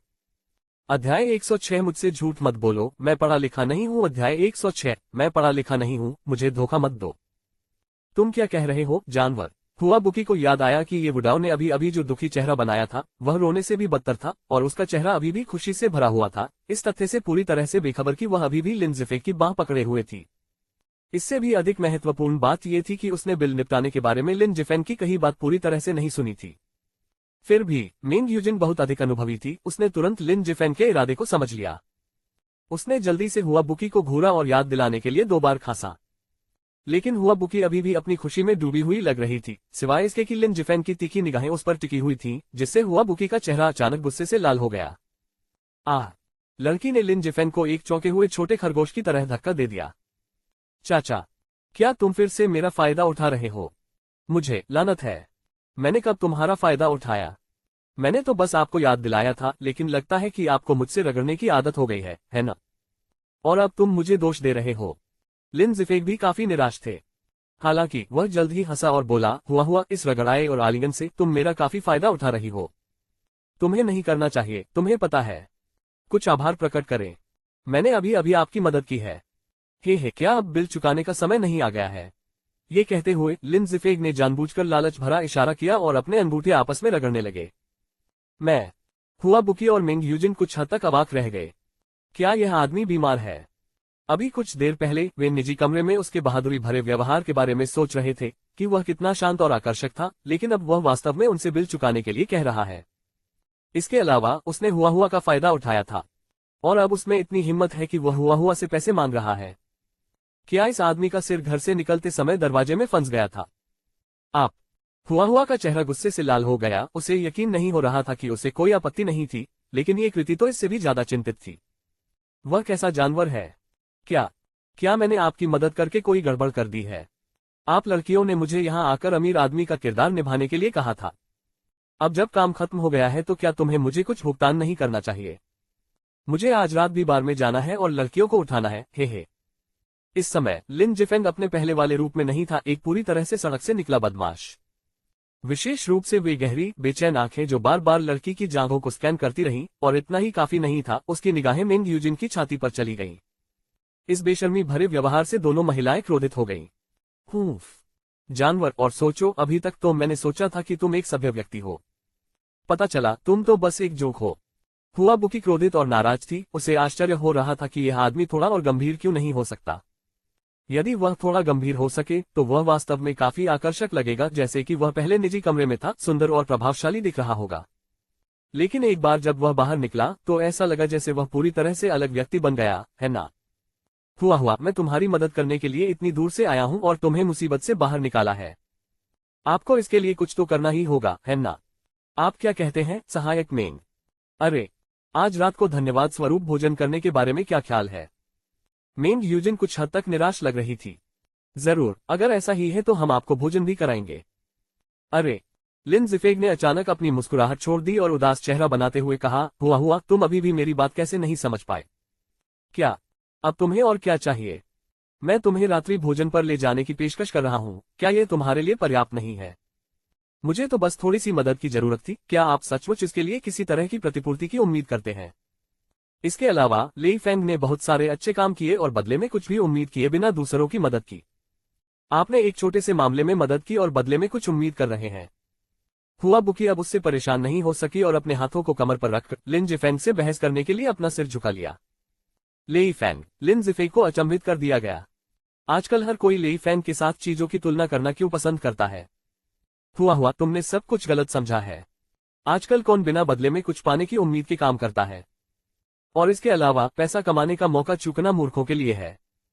यहां तक कि लेई फेंग ने भी अपने अच्छे कामों की एक डायरी रखी और उन्हें स्पष्ट रूप से लिखा। क्या आपको डर है कि दूसरे लोग ध्यान नहीं देंगे या क्या? और इसके अलावा मेरी ओर देखो, मैं तो बस एक छोटा सा सुरक्षा गार्ड हूं जो कुछ हजार युआन का मामूली वेतन कमाता हूं। आप मुझे ठगने की कोशिश तो नहीं कर रहे हैं, है ना? लिन जिफेंग ने मुंह में सिगरेट दबाए और एक दुष्ट मुस्कान के साथ कहा। उसका चेहरा एक बहुत ही अजीब अभिव्यक्ति में बदल गया। क्या आप घोटाला करेंगे? क्या मजाक? मैं हुआ बुकी आप जैसे बेईमान जानवर के पैसे का घोटाला करता हूं? हम्फ, हुआ बुकी तुम सचमुच मुझे कमानती हो। ये तो सिर्फ पैसा है ना? चूंकि आप पैसा चाहते हैं तो लीजिए, यह कोई बड़ी बात नहीं है। मैं बस यही सोच रहा था कि तुम कितने अच्छे हो और मुझे उम्मीद नहीं थी कि जैसे ही हम बाहर निकलेंगे तुम अपना वेतन मांगना शुरू कर दोगे। क्या आप जानते हैं कि मेरी उंगली के एक इशारे से कितने लोग मुझसे भीख मांगने के लिए लाइन में खड़े हो जाएंगे? और आप अपने साथ धोखाधड़ी की बात कर रहे हैं। हुआ बुकी हंसी और मेंग यूजिन अवाक रह गई। यह आदमी सचमुच अनोखा है। पैसों का जिक्र होते ही उसकी आंखें चमकने लगती हैं और अब वह छेड़खानी भी करना चाहता है। हम्फ, ये तो सिर्फ पैसा है ना? अच्छा, मैं इसे तुम्हें दे दूंगा, तुम जानवर हो। हुआ बुकी ने अपने शाम के गाउन को थपथपाया तो पाया कि उसमें कोई जेब नहीं थी। फिर उसने लिन जिफेंग को अजीब नजर से देखा और कहा, यह सिर्फ पैसा है। सिस्टर मेंग उसे ये दे सकती हैं। दुर्भाग्य से रात के इस समय मेंग यूजिन के पास पैसे कहां से आएंगे? वे दोनों मेकअप और शाम के गाउन में आई थी जिनमें कोई जेब नहीं थी, बस ले जाने की तो बात ही छोड़िए। चुन की श्री, ये बुढ़ा उन्हें रात के खाने पर दावत दे रहा था, वह उन्हें भुगतान कैसे करने दे सकता था। इस प्रकार वे दोनों ही लगभग खाली हाथ बाहर आ गए। हुआ आमतौर पर स्पष्ट बोलने वाली मेंग ह्यूजिन को अचानक बोलने में कठिनाई होने लगी, उनके शब्द लड़खड़ा रहे थे। बिल्कुल नहीं, तुम दोनों कोई पैसा नहीं लाए। ऐसा लगता है कि मुझे मेरा वेतन कभी नहीं मिलेगा। भूल जाओ, रहने दो। मैं लिन जिफेंग उस तरह का व्यक्ति नहीं हूं। अगर पैसा नहीं है तो इसे भूल जाओ। लिन जिफेंग ने धूम्रपान करते हुए आश्चर्य से हंसते हुए कहा। कौन कहता है कि हमारे पास पैसा नहीं है? हुआ बुकी ने मुंह बनाते हुए मेंग ह्यूजिन की ओर हैरानी से देखा, जिसने कड़वाहट भरे चेहरे के साथ जवाब दिया, जिससे ऐसा लगा कि उसके पास वास्तव में कोई पैसा नहीं है। वाह, क्या हम? हुआ बुकी का चेहरा लाल हो गया। मुझे पता था कि आपके पास पैसे नहीं हैं, लेकिन आप जानते हैं, मैं लिन जिफेंग हमेशा से एक बहुत अच्छी शैली रखती हूँ। भूल जाओ, अगर पैसा नहीं है तो बात यही है। चिंता मत करो, मैं हुआ बुकी कभी भी कर्ज चुकाए बिना नहीं छोड़ता। मैं घर पहुंचकर तुम्हें अवश्य पैसे लौटा दूंगा। सचमुच? लिन जिफेंग ने संदेह से पूछा। क्या मैं अब भी तुम्हें धोखा दूंगा? हुआ बुकी का चेहरा इतना शर्मिंदा था कि वह टपकने को तैयार था। उसका छोटा सा मुंह लिन जिफेंग को आक्रोश से देख रहा था। वह इस क्रोधित आदमी पर पागल होने के करीब थी। तुम मुझे अक्सर धोखा देते हो, है ना? पिछली बार घुड़सवारी नृत्य के दौरान आपने अभी तक मुझे सही जानकारी नहीं दी है। मैं ज्यादा पढ़ा लिखा नहीं हूं, मुझे अब और बेवकूफ मत बनाओ। लिन जिफेंग ने धीरे से कहा। सही, तो फिर चलो, इसका हिसाब बाद में कर लेंगे। मैं आज रात वापस नहीं जा रहा हूं, तुम दोनों घर चले जाओ। लिन जिफेंग धीरे से हंसे। कितना कष्टप्रद। हुआ बुकी ने उसे घूरकर देखा और फिर बिना कुछ कहे अपना सिर घुमाकर चली गई। उनके जाने के बाद लिन जिफेंग रात में गायब हो गया। उसका बर्फ जैसा ठंडा पोकर चेहरा फिर से प्रकट हुआ। उसकी आंखें गहरी और दुनिया से थकी हुई थीं, मानो वह अभी किसी युद्ध से गुजरा हो। विशेषकर उसके शरीर से निकलती हुई निराशा भरी आभा, मानो वह अभी किसी गंभीर बीमारी से उबरकर आया हो। वास्तव में वह यह अच्छी तरह जानता था कि उसके माता पिता 5 साल तक बिना किसी सुराग के गायब रहे थे, और उससे भी अधिक महत्वपूर्ण बात यह थी कि भविष्य में वह जीवित रहेगा या मर जाएगा, यह अभी भी अज्ञात था। उसका इन महिलाओं से उलझने का कोई इरादा नहीं था। एक बार गहरे प्रेम में डूब जाने पर उससे बच निकलना समुद्र से बच निकलने जितना कठिन हो जाता है। इसके अलावा उनके पास उन्हें देने के लिए कुछ भी नहीं था। और कौन जानता है कि कल जब सूर्योदय होगा तब वह जीवित होगा या नहीं। उनके लिए ऐसा व्यक्ति बनना बेहतर था जिससे वे घृणा करते थे। यह उसके लिए बेहतर था और उनके लिए भी बेहतर था। घने काले आसमान की ओर देखते हुए लिन जिफेंग ने अपने दिल पर भार महसूस किया और अपनी कलाई पर काले कंगन को छूते हुए वह बुदबुदाया, बूढ़े आदमी, चिंता मत करो, मैं तुम्हें बचा लूंगा। अध्याय 107। अगर जरूरी हो तो पा दे, वरना भाग जाए। अध्याय 107। थूक दे या दफा हो जाए। आधे घंटे बाद नियॉन रोशनी से जगमगाते सी स्काई एंटरटेनमेंट क्लब को देखकर लिन जिफेंग अपने होठों पर एक धूर्त दुष्ट मुस्कान लाने से खुद को नहीं रोक सका। उसे अच्छी तरह याद है कि पिछली बार जब वह यहाँ शराब पीने आया था तो एक खूबसूरत बारटेंडर ने उसके साथ छेड़खानी की थी, लेकिन अंत में कुछ नहीं हुआ। आधी रात को उसने खुद को बिना ये जाने कि वह यहाँ कैसे पहुंच गया, पाया। चूंकि वह पहले से ही यहाँ था, इसलिए उसे पानी पीने के लिए अंदर जाना चाहिए। सहज कदमों से चलते हुए लिन जिफेंग ने क्लब में प्रवेश किया। उनके कंधे संगीत की गड़गड़ाहट के साथ लय में उठे हुए थे, जिसने मानवीय इच्छाओं को उत्तेजित कर दिया था। जैसे ही वह अंदर दाखिल हुआ, वहां काफी चहल पहल थी। सैकड़ों लोग एक साथ नाच रहे थे। उनके शरीर विस्फोटक संगीत के साथ ऐसे थिरक रहे थे जैसे जुनून के अंतिम अवशेषों को प्रज्वलित करने वाली ज्वाला हो। पुरुष और महिलाएं समान रूप से उन्मत्त होकर नाच रहे थे। 3 सेक्सी और विस्फोटक महिला नर्तकियों द्वारा पोल डांस के साथ साथ बीच बीच में चमकती बहुरंगी नियॉन लाइटों के साथ जीवंत वातावरण एक पागल तूफानी दावत जैसा लग रहा था। महिलाएं चीखने लगीं, पुरुष उत्तेजित हो गए और अंदर आने वाले किसी भी व्यक्ति का खून खौलने लगा। लिन जिफेंग हमेशा की तरह सीधे बार में गए। एक विस्की कृपया। बारटेंडर, जो पिछली बार वाली ही लड़की थी, धुंधली बदलती रोशनी में लिन जिफेंग को ठीक से पहचान नहीं पाए। जब उसने लिन जिफेंग की चुंबकीय आवाज सुनी तो झाग युक्सुअन क्षण भर के लिए चौंक गई। वह आवाज बहुत परिचित लग रही थी। उसने यह बात पहले कहाँ सुनी थी? इससे उसे किसी की याद क्यों आए? उसे एक आदमी याद आया जो बार में दाखिल हुआ था, जो दिखने में साधारण था लेकिन उसके चेहरे पर एक रहस्यमय उदास भाव था। उसने उससे एक पेय पदार्थ खरीदने के लिए कहा था, लेकिन उसे मना कर दिया गया था। बाद में शौचालय में उसकी तीव्र इच्छा एक्स को पता नहीं थी। वह देखना चाहती थी कि क्या यह आदमी सचमुच ऐसा है जो प्रलोभन से प्रभावित नहीं होता। लेकिन उसकी मोहक छेड़खानी के तहत ये पता चला कि कोई भी आदमी दिल से अच्छा नहीं था, और वे सभी नीचे क्या था के बारे में सोचते थे। वे सभी एक जैसे थे। उसकी जिज्ञासा का अंतिम अंश भी समाप्त हो गया। हालांकि जब उसने नजर घुमाई तो उसे एहसास हुआ कि यह लड़का वास्तव में वही था जिसने पहले गहराई का दिखावा किया था। अभी भी इतना गहरा होने का दिखावा कर रहा हूँ, अभी भी निराश होने का अभिनय कर रहा हूँ। ये धोखेबाज। क्या आप किसी नाइट क्लब में उदास व्यवहार करने के लिए आ रहे हैं? चिंतनशील प्रकार खेले। पिछली बार तो मैं तुम्हारी हरकतों से लगभग फंस ही गई थी और अब तुम उन अनजान लड़कियों को धोखा देना चाहते हो। झांग युक्सुआन ने जब लिन जिफेन के चेहरे को स्पष्ट रूप से देखा तो पहले तो वह आश्चर्यचकित हुई, फिर थोड़ा गुस्सा महसूस किया। नाइट क्लबों और बार जैसी जगहों पर वह उन पुरुषों से भली भांति परिचित थी जो रोमांस की तलाश में आते थे और प्रत्येक अलग अलग तरीके अपनाता था। हालांकि निस्संदेह जिन लोगों ने गंभीर और चिंताग्रस्त भूमिकाएं निभाईं, उन्होंने महिलाओं के दिलों को सबसे अधिक आकर्षित किया। क्योंकि हर महिला में जिज्ञासा की भावना होती है और वे विशेष रूप से कहानी वाले पुरुषों को पसंद करती हैं।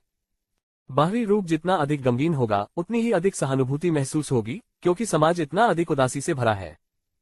हर कोई एक ऐसा जीवन जीता है जो परिपूर्ण नहीं है और नाइट क्लब में जाना केवल मौज मस्ती करने और कुछ रोमांच पाने के लिए होता है। एक ऐसे व्यक्ति से मिलकर जिसकी निगाहें चिंताग्रस्त और चेहरा उदास हो, उन्हें ऐसा महसूस हो सकता है मानो उन्हें कोई आत्मीय आत्मा मिल गई हो। इसलिए वह इस आदमी के बारे में सब कुछ जानने की उत्सुकता से भरा हुआ आगे बढ़ने से खुद को रोक नहीं सका। इसलिए झांग युक्सुआन ने लिन जिफेन के व्यर्थ व्यवहार को मन ही मन तुच्छ समझा। माफ करना, अब विस्की नहीं है। झांग युक्सुआन के ठंडे और आश्चर्यजनक रूप से उदासीन चेहरे ने बिना किसी भाव के उत्तर दिया। आज उसने काफी पारंपरिक कपड़े पहने थे, उसके ऊपरी शरीर पर चमकदार अजीब सजावट थी, उसने कमर तक लंबा एक फिटेड ब्लेजर पहना हुआ था। नीचे साधारण सेक्सी जीन्स, उसके लंबे जेड जैसे पैर, लगभग 10 सेंटीमीटर हल्के बेज रंग की ऊंची एड़ी के जूते में, उसके बाल एक अजीब रंग में रंगे हुए और एक टोपी से ढके हुए, और बच्चे की हथेली के आकार के चांदी के झुमके पहने हुए हैं। अपने पाउडर लगे चेहरे और लाल होठों के साथ वह बहुत सेक्सी लग रही थी। केवल उसके सामने वाली लड़की कुछ अपरिपक्व लग रही थी, जो अधिक से अधिक 19 वर्ष की लग रही थी। गया तो फिर मुझे एक गिलास हेनेसी पिलाओ। उसने आज कुछ अलग करने की योजना बनाई थी, लेकिन जब उसने सुना कि वहां कोई विस्की नहीं है तो उसने सहजता से अपनी पसंदीदा विस्की का एक गिलास मांग लिया। आज उसका मूड अच्छा नहीं था, वह खुश तो था लेकिन साथ ही इस बात से नाराज भी था कि उसके पूर्व सहपाठी आज भी सभा के दौरान किस तरह अहंकारी व्यवहार कर रहे थे। माफ करना, लेकिन हेनेसी भी बाहर है। झांग युक्सुआन जानबूझकर लिन जिफेन के साथ छेड़छाड़ कर रही थी। उसकी ठंडी और झूठी गहरी अभिव्यक्ति को देखकर वह चिढ़ गई। एक बार उसने सोचा था कि वह सचमुच एक कहानी और रहस्य से भरा आदमी है, लेकिन एक बार उसे बहकाने पर पता चला कि वह भी एक शर्मिला आदमी था। सौभाग्य से उसने सही समय पर ब्रेक लगा दिए थे, अन्यथा वह सचमुच मूर्ख बन जाती। उसे ऐसा लग रहा था जैसे वह आज फिर से लड़कियों पर डोरे डालने और उन्हें शांत करने आया है। क्या ये लड़की जानबूझकर मेरे साथ खेल रही है? क्या वह अभी भी उस पिछली घटना को लेकर नाराज है? असंभव। हम हमेशा अपने आप में ही रहते हैं, पहले कभी भी हमारे बीच आधे पैसे के बराबर भी बातचीत नहीं हुई, तो फिर वह मुझसे इस तरह क्यों चिपकी हुई है? जहां तक किसी नाइट क्लब का व्यवसाय है तो वह इस तरह से ग्राहकों को मना तो नहीं कर सकती है ना? लिन जिफेग ने अपनी सिगरेट का एक कश लिया और इत्मीनान से धुआं छोड़ते हुए कहा, जो कुछ भी तुम्हारे पास है उसे ले आओ। लिन जिफेग भी कुछ नहीं कह पा रहा था। उसे ये देखकर कि वह नाराजगी से भरा रवैया दिखा रही है, उसे यह स्थिति इस बाहरी रूप से आकर्षक लेकिन अंदर से भोली लड़की के लिए हास्यास्पद लगी। माफ कीजिए, हम यहाँ केवल मादक पेय पदार्थ बेचते हैं, कोई भी चीज नहीं। यदि आपको लगता है कि हमारा बार आपको पसंद नहीं है तो बेझिझक पीछे मुड़े और बाहर चले जाएं। पहले बाईं ओर मुड़े, फिर दाईं ओर मुड़े और पीछे से दरवाजा बंद कर ले। धन्यवाद। हाँ, ये लड़की बहुत दिलचस्प है। मैं तो बस पीने आया था, तो फिर वह ऐसा व्यवहार क्यों कर रही है जैसे वह अपने कट्टर दुश्मन से मिल चुकी हो? क्या मैंने कुछ गलत किया, या फिर मैंने किसी तरह से उसे अपमानित किया? लिन जिफेंग बहस नहीं करना चाहता था, कम से कम कुछ पानी तो होना चाहिए। क्षमा करें, हम यहाँ पानी नहीं बेचते हैं और हम निश्चित रूप से ये सेवा प्रदान नहीं करते हैं। लिन जिफेंग का कड़वा चेहरा देखकर झांग युक्सुआन मन ही मन प्रसन्नता महसूस करने से खुद को नहीं रोक सका, विशेष रूप से उसे एक प्राणी की तरह दयनीय स्थिति में देखकर जिसे परेशान करने वाली माताओं की भीड़ ने सताया है। अब तक तो मिट्टी की बनी मूर्ति में भी क्रोध की एक झलक आ जाती। लिन जिफेग आज पहले से ही अच्छे मूड में नहीं था और अब वह किसी ऐसे व्यक्ति से टकरा गया था जो मौत से नहीं डरता था। अचानक उसे थोड़ा चिड़चिड़ापन महसूस हुआ, लेकिन उसके शब्द अभी भी अपेक्षाकृत शांत थे। वह हंसते हुए बोला, ठीक है, चूंकि आपकी दुकान में कुछ भी नहीं है इसलिए मैं नहीं पीऊंगा। मैं कुछ पैसे बचाकर आज रात किसी कंपनी का खर्चा उठा सकता हूं। लेकिन मेरे पास आपके लिए एक प्रश्न है, यदि आप इसका उत्तर दे सकें। कंपनी के लिए भुगतान। यह आदमी इतना घिनौना और अश्लील कैसे हो सकता है? वह बस गंभीर होने का दिखावा करता था और अब जब मैंने उसके अभिनय को तोड़ दिया है तो वह अपना असली रंग दिखा रहा है। ये बहुत घृणित है, लेकिन चूंकि वह मुझसे प्रश्न पूछ रहा है तो मैं उसका उत्तर दे सकता हूं। अब आप कौन सी चाल चल सकते हैं? आज मैं, झांग युक्सुआन, आपको कोई पे नहीं बेचूंगा। मैं इंतजार करूंगा और देखूंगा कि आप इस बारे में क्या कर सकते हैं। प्रश्न क्या है? अगर आपके पास एक डकार है तो उसे बाहर निकाल दें, यदि नहीं तो चले जाओ। झांग युक्सुआन, जो वर्षों से बार में रह रहा था, उन लोगों से थक गया था जो बार में शिकार करने आते थे और अब उसके प्रति विनम्र होने की जहमत नहीं उठाते थे। अध्याय 108, पात को रोकने से हृदय को नुकसान पहुंच सकता है। हे छोटी बच्ची, तुम बहुत होशियार दिखती हो, लेकिन बोलते समय इतनी जिद्दी क्यों हो? क्या तुम्हें डर नहीं है कि भविष्य में तुम्हें कभी पति नहीं मिलेगा? लिन जिफेंग ने एक निम्न श्रेणी की सिगरेट निकाली और उसे तिरछी नजर से पिया। लिन जिफेंग को 8 युआन प्रति पैकेट वाली सिगरेट पीते देख, जिसे झोंगहाई शहर के लोग लिटिल झोंगहुआ कहते हैं, उसे तुरंत घृणा महसूस हुई। बेस्वाद लोग सचमुच बेस्वाद होते हैं, यहां तक कि उनकी सिगरेट का चुनाव भी नकली होता है। कम से कम यदि आप गंभीर दिखने की कोशिश कर रहे हैं तो आपके पास कम से कम एक बड़ा बटुआ तो हो ही सकता है। चाहे आप कितने भी गरीब हो, उच्च श्रेणी की सिगरेट का एक डिब्बा खरीदने से आपकी मृत्यु नहीं होगी। अपने काम से काम रखो। मुझे पति मिलेगा या नहीं, ये तुम्हारी चिंता का विषय नहीं है। और अगर मैं पति की तलाश में भी होती तो मैं आप जैसे दोष वाले को नहीं चुनती। आप तो एकदम बेवकूफ लग रहे हैं और अब आप लड़कियों को फंसाने के लिए रहस्यमयी आदमी बनने की कोशिश कर रहे हैं। इसे छोड़ो और घर जाकर सो जाओ। क्या तुम? जब झांग युक्सुआन ने ये शब्द कहे तो वह लगभग जानबूझकर लिन जिफेंग पर जोरदार प्रहार करने की कोशिश कर रही थी। पिछली घटना के बाद से उसने सोचा था कि वह दोबारा नहीं आएगा, लेकिन आश्चर्यजनक रूप से वह आया। महिलाएं जिस प्रकार के पुरुषों से सबसे अधिक नफरत करती हैं, वह है जो जानबूझकर गहरा होने का दिखावा करता है। ऐसे लोग पूरी तरह से घृणित हैं, विशेष रूप से लिन जिफेंग, जो अपना मुंह खोलते ही गुंडे की तरह दिखते थे। लिन जिफेंग पहले तो हैरान रह गए। उसने यह उम्मीद नहीं की थी कि यह लड़की इतनी क्रोधित होगी। भले ही वह कुछ भी था, लेकिन निश्चित रूप से उसे उस पर इस तरह से रोने का अधिकार नहीं था। इसके अलावा आज रात जाने के बाद कौन जानता था कि वे कल फिर मिलेंगे या नहीं। हे, ये सही है, ये सही है, आप अपने शब्दों में तीखे हैं। लेकिन तुम्हें पता है, लिन जिफेंग ने अपना सिर नीचे कर लिया, शरारत से मुस्कुराते हुए, मुझे आश्चर्य है कि वह कौन था जो पिछली बार पुरुषों के शौचालय तक मेरा पीछा कर रहा था, मुझे बहकाने की कोशिश कर रहा था। सास, मेरे जैसे व्यक्ति के लिए जिसके पास न तो स्वाद है और न ही पैसा, मैं बस उलझन में हूं। फिर भी कोई मुझे क्यों लुभाने की कोशिश करेगा? ये स्वाद, आह। बोलते समय लिन जिफेंग ने भी आह भरते हुए अपना सिर हिलाया। आप? झांग युक्सुआन ने उसे गुस्से से घूरा, गुस्से से बोलने में संघर्ष कर रहा था। उस समय वह केवल ये परखना चाहती थी कि यह लड़का सभ्य है या नहीं। वह जितनी सुंदर है। लगभग हर दिन कोई न कोई उस पर डोरे डालता था, लेकिन उस दिन वह इतना घमंडी था कि उसने उसे स्वीकार भी नहीं किया, मानो उसे ड्रिंक के लिए आमंत्रित करना उसके स्तर तक पहुंचना हो। जब भी वह इसके बारे में सोचती, झांग युक्सुआन को लगता कि यह उसके जीवन पर एक बड़ा दाग है। आखिर उसे इस बदमाश से पंगा क्यों लेना पड़ा? आप? क्या आप मुझसे कुछ पूछने वाले नहीं थे? बिना रुके छोड़ा गया पाद हृदय के लिए जोखिम भरा है, सावधान रहें। युवा लड़की की भोली भाली हताशा ने झांग युक्सुआन को क्रोध से लाल कर दिया। खैर, ये ठीक है। इतने वर्षों में उसने उसके जैसे मोटे चेहरे वाले लोगों की कोई कमी नहीं देखी थी। ठीक है, मैं आपसे एक सवाल पूछना चाहता हूं। क्या आप जानते हैं कि हम अपना स्टोव व्यापार के लिए क्यों खोलते हैं? बार काउंटर की झिलमिलाती रोशनी और झांग युक्सुआन के मासूम चेहरे पर प्रतिबिंबित विभिन्न नियॉन रंगों को देखकर कोई भी इनकार नहीं कर सकता था। ये लड़की वास्तव में एक सुंदर लड़की थी, जिसका चेहरा और फिगर उससे मेल खाता था। लेकिन उसकी जिज्ञासा बहुत प्रबल थी, और वह नानगोन बिंग जैसी महिला की परिपक्वता के बिना सब कुछ समझना चाहती थी। क्या यह मूर्खतापूर्ण प्रश्न नहीं है? बेशक हम व्यापार करने और ग्राहकों को आकर्षित करने के लिए स्टोव खोलते हैं। झांग युक्सुआन को आश्चर्य हुआ कि क्या उसके दिमाग में कुछ गड़बड़ है। हर कोई जानता था कि दुकानें व्यापार करने और ग्राहकों को आकर्षित करने के लिए खोली जाती है। क्या उसे वास्तव में इतना कम बुद्धि वाला प्रश्न पूछने की जरूरत थी? तो फिर ग्राहक भगवान है। इसका मतलब यह है कि वे आपके माता पिता की तरह हैं, जो आपका भरण पोषण करते हैं। क्या मैं इसे इस तरह कह सकता हूं? जिफेंग के चेहरे पर एक मासूम मुस्कान थी, जिससे युक्सुआन थोड़ा चकित हो गया। उसे समझ नहीं आ रहा था कि वह आदमी क्या कहना चाह रहा था। हाँ तो क्या? आप क्या कहने की कोशिश कर रहे हैं?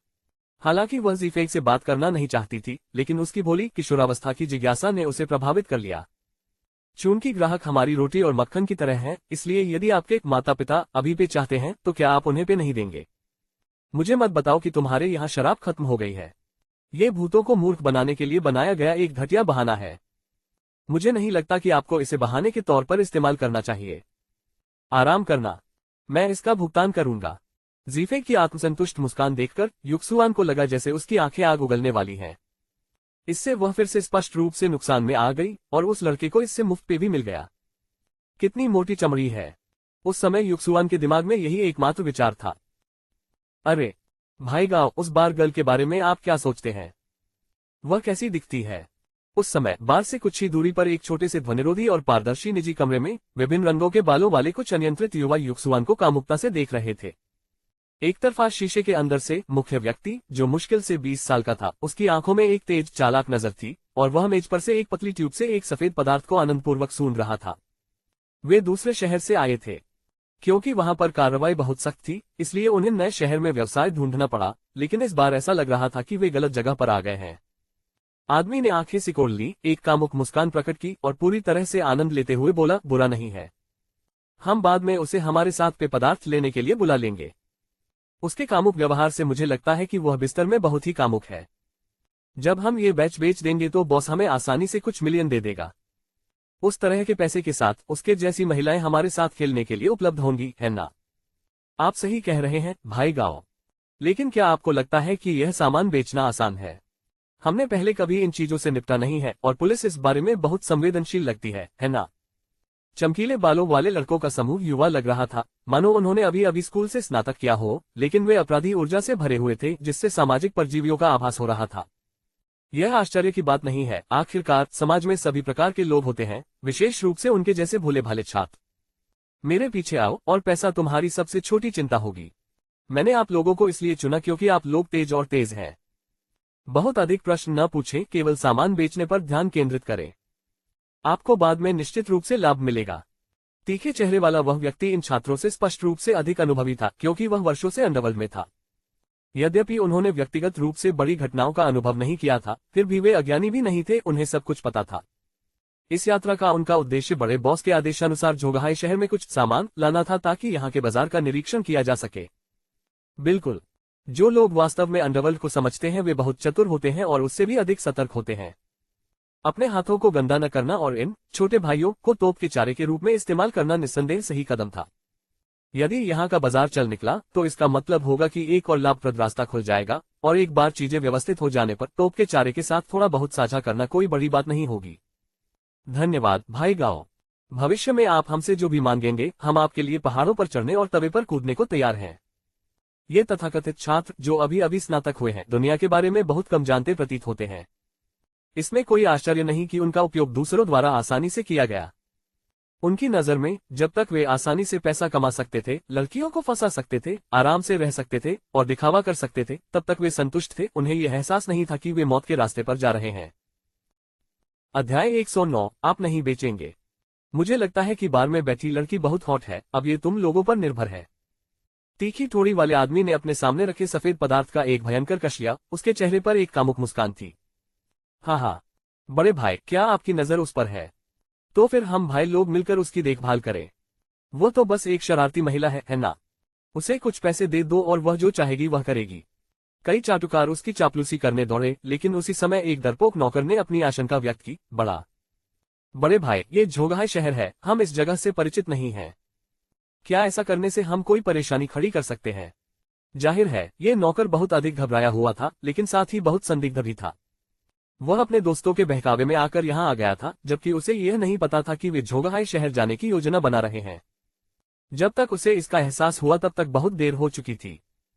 अब वह एक कठिन निर्णय लेने के लिए संघर्ष कर रहा था। आखिरकार ये जोगहाई शहर था, जियांगजो नहीं। कौन जानता था कि वे कितनी मुसीबत में पड़ सकते थे? शायद उन्हें यह भी पता नहीं था कि उनकी मौत कैसे हुई, खासकर इसलिए क्योंकि वे बड़ी मात्रा में ले जा रहे थे। अगर उन्होंने परेशानी खड़ी की और पुलिस ने उन्हें पकड़ लिया तो उनका काम तमाम हो जाएगा। ये सोचकर वह घबरा गया। चूंकि वे जा रहे थे, इसलिए उसने वहीं रुकने और चुप रहने का निर्णय लिया। हे, क्या अब मैं अपना पे ले सकता हूँ? लिन जिफेंग ने अपने दाहिने हाथ से अपनी थोड़ी को सहारा दिया। उसका व्यवहार हमेशा की तरह अहंकारी था। पीना, मुझे परवाह नहीं, तुम पीकर मर जाओ। झांग युक्सुआन गुस्से से झूम उठा और उसने अपने कान पर एक छोटे बच्चे की हथेली के आकार की बाली हिला दी। जैसे ही वह ड्रिंक लेने के लिए मुड़ा, उसकी जीन्स की कमर के नीचे की गोलाई ने लिन जिफेंग की नजर को अपनी ओर आकर्षित कर लिया, जो चमक रही थी। डेनिम सामग्री कसकर चिपकी हुई थी। क्रोच बहुत अधिक विशाल नहीं था। लिन जिफेंग निश्चित था कि यह लड़की अभी भी कुंवारी थी, लेकिन ऐसे माहौल में काम करने वाली लड़की का कुंवारी रहना वाकई दुर्लभ बात थी। झोंगहाई शहर में इस बार के पैमाने और वातावरण को देखते हुए ये काफी अनोखा था। अपनी खूबसूरत महिलाओं, बेहतरीन वातावरण और सुरक्षा के लिए लोकप्रिय। Here you go. Zhang Yuxuan ने मुस्कुराया नहीं, बस बार के पार लिन जिफेंग को पे सरका दिया। नियॉन रोशनी में पे का रंग विशेष रूप से लुभावना था। हेनेसी का गिलास उठाते हुए लिन जिफेंग लापरवाही से बार के सहारे झुक गया और चुस्कियां लेने लगा। शोरगुल और डांस फ्लो के बीच में मसालेदार लड़कियों के रोमांचक उग्र नृत्य के बावजूद लिन जिफेंग को कोई दिलचस्पी नहीं थी। वह यहां सिर्फ शराब पीने और अपने अंदर के दबाव को दूर करने के लिए आया था। हर दिन घर पर दो महिलाओं के साथ व्यवहार करना सचमुच काफी चुनौतीपूर्ण था। विशेष रूप से हुआ बुकी, ये प्यारी छोटी बहन वास्तव में प्यारी थी, लेकिन कभी कभी वह वास्तव में परेशान कर सकती थी। नानगोन बिंग एक अलग कहानी थी, यदि वह उसे परेशान नहीं करता तो वह उसकी परवाह नहीं करती। यद्यपि वह कंपनी में एक छोटी सी सुरक्षा नौकरी करता था, लेकिन वह स्थिर थी और कम से कम उसके जीवन को कोई खतरा नहीं था। देश लौटने के बाद 3 दिनों के दौरान लिन जिफेंग ने नानगोन बिन के पिता नानगोन शुई से मुलाकात की, जो कि एक बूढ़े धूर्त लोमड़ी और चालाक गुरु थे, जो वास्तव में एक बिजनेस टाइकून के रूप में अपनी प्रतिष्ठा के हकदार थे। जहां तक उनकी चर्चा का सवाल है, लिन जिफेंग को अभी भी यह स्पष्ट रूप से याद है। अरे सुंदरी, मुझे कुछ पानी पिलाओ। जब लिन जिफेंग चुपचाप अकेले अपना उदास पे पी रहा था तो निजी कमरे से आए नौकर धीरे धीरे आने लगे। प्रत्येक ने अलग अलग रंगीन हेयर स्टाइल बनाए हुए थे। उनमें से अधिकांश ने पिछले कुछ वर्षों से प्रचलित मोहॉक हेयर स्टाइल पहन रखी थी, जिसके दोनों ओर के बाल कटे हुए थे तथा केवल बीच का हिस्सा बचा हुआ था, जिससे वे असली गुंडे जैसे लग रहे थे। ये वास्तव में भयावह था, लेकिन ऐसी हेयर स्टाइल हर किसी को पसंद नहीं आती थी और कुछ लोगों पर तो ये बहुत बदसूरत लगती थी। झांग युक्सुआन ने कुछ समय पहले ही इन लोगों को देखा था, लेकिन वह अपना सिर उठाने की जहमत नहीं उठा सकी और अपने प्यारे छोटे बार में व्यस्त रही। झांग युक्सुआन एक धनी परिवार से थी, बार उसकी बहन ने खोला था। चूंकि उसके पास करने के लिए कुछ बेहतर नहीं था, इसलिए उसने बारटेंडर की भूमिका निभानी शुरू कर दी। जब से उसने वहां काम करना शुरू किया है, बार का कारोबार आसमान छूने लगा। कई ग्राहक तो केवल उसके लिए ही आते थे। हालांकि वे जानते थे कि उसके साथ कुछ नहीं हो सकता, फिर भी उसे देखना अच्छा था। कम से कम वह सुंदर और असाधारण रूप से सेक्सी थी। क्या बात है सुंदरी, क्या तुम बेच नहीं रही हो? नेता एक लड़का था जिसके बाल लाल भूरे रंग के थे। वह ज्यादा बूढ़ा नहीं था, लेकिन अहंकारी अभिनय करने में काफी कुशल था, खासकर तब जब उसके साथ 5 या 6 लड़के थे। वे जहां भी गए उनके पास हिम्मत और पूंजी थी। वे किससे डरेंगे? जब उन्होंने पूछा क्या आप बेचते नहीं हैं, तो कॉफी रंग के बालों वाले लड़के ने जानबूझकर अपना स्वर ऊंचा कर दिया। उसके चेहरे पर एक धूर्त मुस्कान थी और वह झांग युक्सुआन की ओर आक्रामक तरीके से धुआं उड़ा रहा था। ये स्पष्टतः जानबूझकर किया गया उत्पीड़न था। बार के अंत में कई उत्सुक बार कर्मचारी खड़े थे। यदि कोई व्यक्ति जानबूझकर परेशानी पैदा कर रहा है तो वह निश्चित रूप से आसान नहीं है। पिछली बार जब लिन जिफेंग यहां आए थे तो उन्हें स्पष्ट रूप से याद था कि उनमें से एक छोटा बदमाश, जो गोरा था, ने उनसे पैसे ऐंठने की कोशिश की थी और अंत में उन्हें शौचालय में घसीट कर ले जाया गया था और तब तक पीटा गया था जब तक कि उनका शरीर सुअर के सिर जैसा नहीं हो गया था। लिन जिफेंग ने अपना सिर नीचे झुका रखा था, आराम से सिगरेट की कश ले रहा था, मानो उसके आसपास हो रही हर चीज का उससे कोई लेना देना नहीं था। तुम लोग अपनी मौज करो, बस जब मैं पी रहा हूं तो मुझे परेशान मत करना। अगर कोई और होता तो गुंडों की तरह कपड़े पहने 5 या 6 लोगों को देखकर शायद पहले ही टेबल छोड़ चुका होता, लेकिन लिन जिफेंग ने बस कंधे उचका दिए और अपना पे पी गया। बच्चा, चले जाओ और कहीं और पी लो। लिन जिफेंग को बार के सामने बैठे देखकर उन भोले बदमाशों ने थोड़ा गुस्सा दिखाया। शायद वे अपनी दृढ़ता का प्रदर्शन करना चाहते थे। उस समय झांग युक्सुआन, जो चुप थी, ने बार के नीचे से अपने पैर से लिन जिफेंग के पैर की उंगलियों को धक्का दिया। उसकी आंखों में अर्थ स्पष्ट हो गया। लिन जिफेंग ने बस एक व्यंग्यात्मक मुस्कान दी और अपना सिर हिलाया। झांग युक्सुआन ने देखा कि लिन जिफेंग कार्रवाई करने वाला था। वह हमेशा से उसके बारे में जानने को उत्सुक रहती थी और सोचती थी कि वह निश्चित रूप से एक नाटकीय बचाव में नायक की भूमिका निभाएगा, साहपूर्वक खड़ा होगा, संभवतः उसका पक्ष जीतने के लिए उसके सामने थोड़ा दिखावा करना। लेकिन झांग युक्सुआन को बहुत आश्चर्य हुआ जब लिन जिफेंग ने उन युवकों पर बस एक त्वरित नजर डाली। फिर एक चौड़ी मुस्कान के साथ हंसते हुए बोले, बड़े भाई, माफ कीजिए, कृपया आगे बढ़ें। लिन जिफेंग ने झुककर एक भयभीत मुखौटा बनाया और जल्दी से उनके बैठने के लिए जगह बनाई। उसने अपना बाकी पे बहुत ही अशिष्ट तरीके से एक ही घूंट में पी लिया और ऐसे ही चला गया। झांग युक्सुआन पूरी तरह से अचंभित था। धत्तेरी की जानवर, तुम्हें जरा भी गर्व नहीं है। यहां तक कि उन बदमाशों ने भी तिरस्कारपूर्ण भाव प्रदर्शित किए। लेकिन शुक्र है, वे सिर्फ दिखावा करना चाहते थे। यदि वे वास्तव में अपनी दृढ़ता दिखाने के लिए लड़ना चाहते थे तो संभवतः उन्हें उसी रात लेटाकर मार दिया जाता। और वे शायद पीछे मुड़कर न देखने वाले प्रकार के लोग होंगे। वे कितने कायर हैं। झांग युक्सुआन ने देखा कि उसका पतित शरीर, जो एक निश्चित गुण प्रदर्शित करता था, धीरे धीरे लुप्त हो रहा था।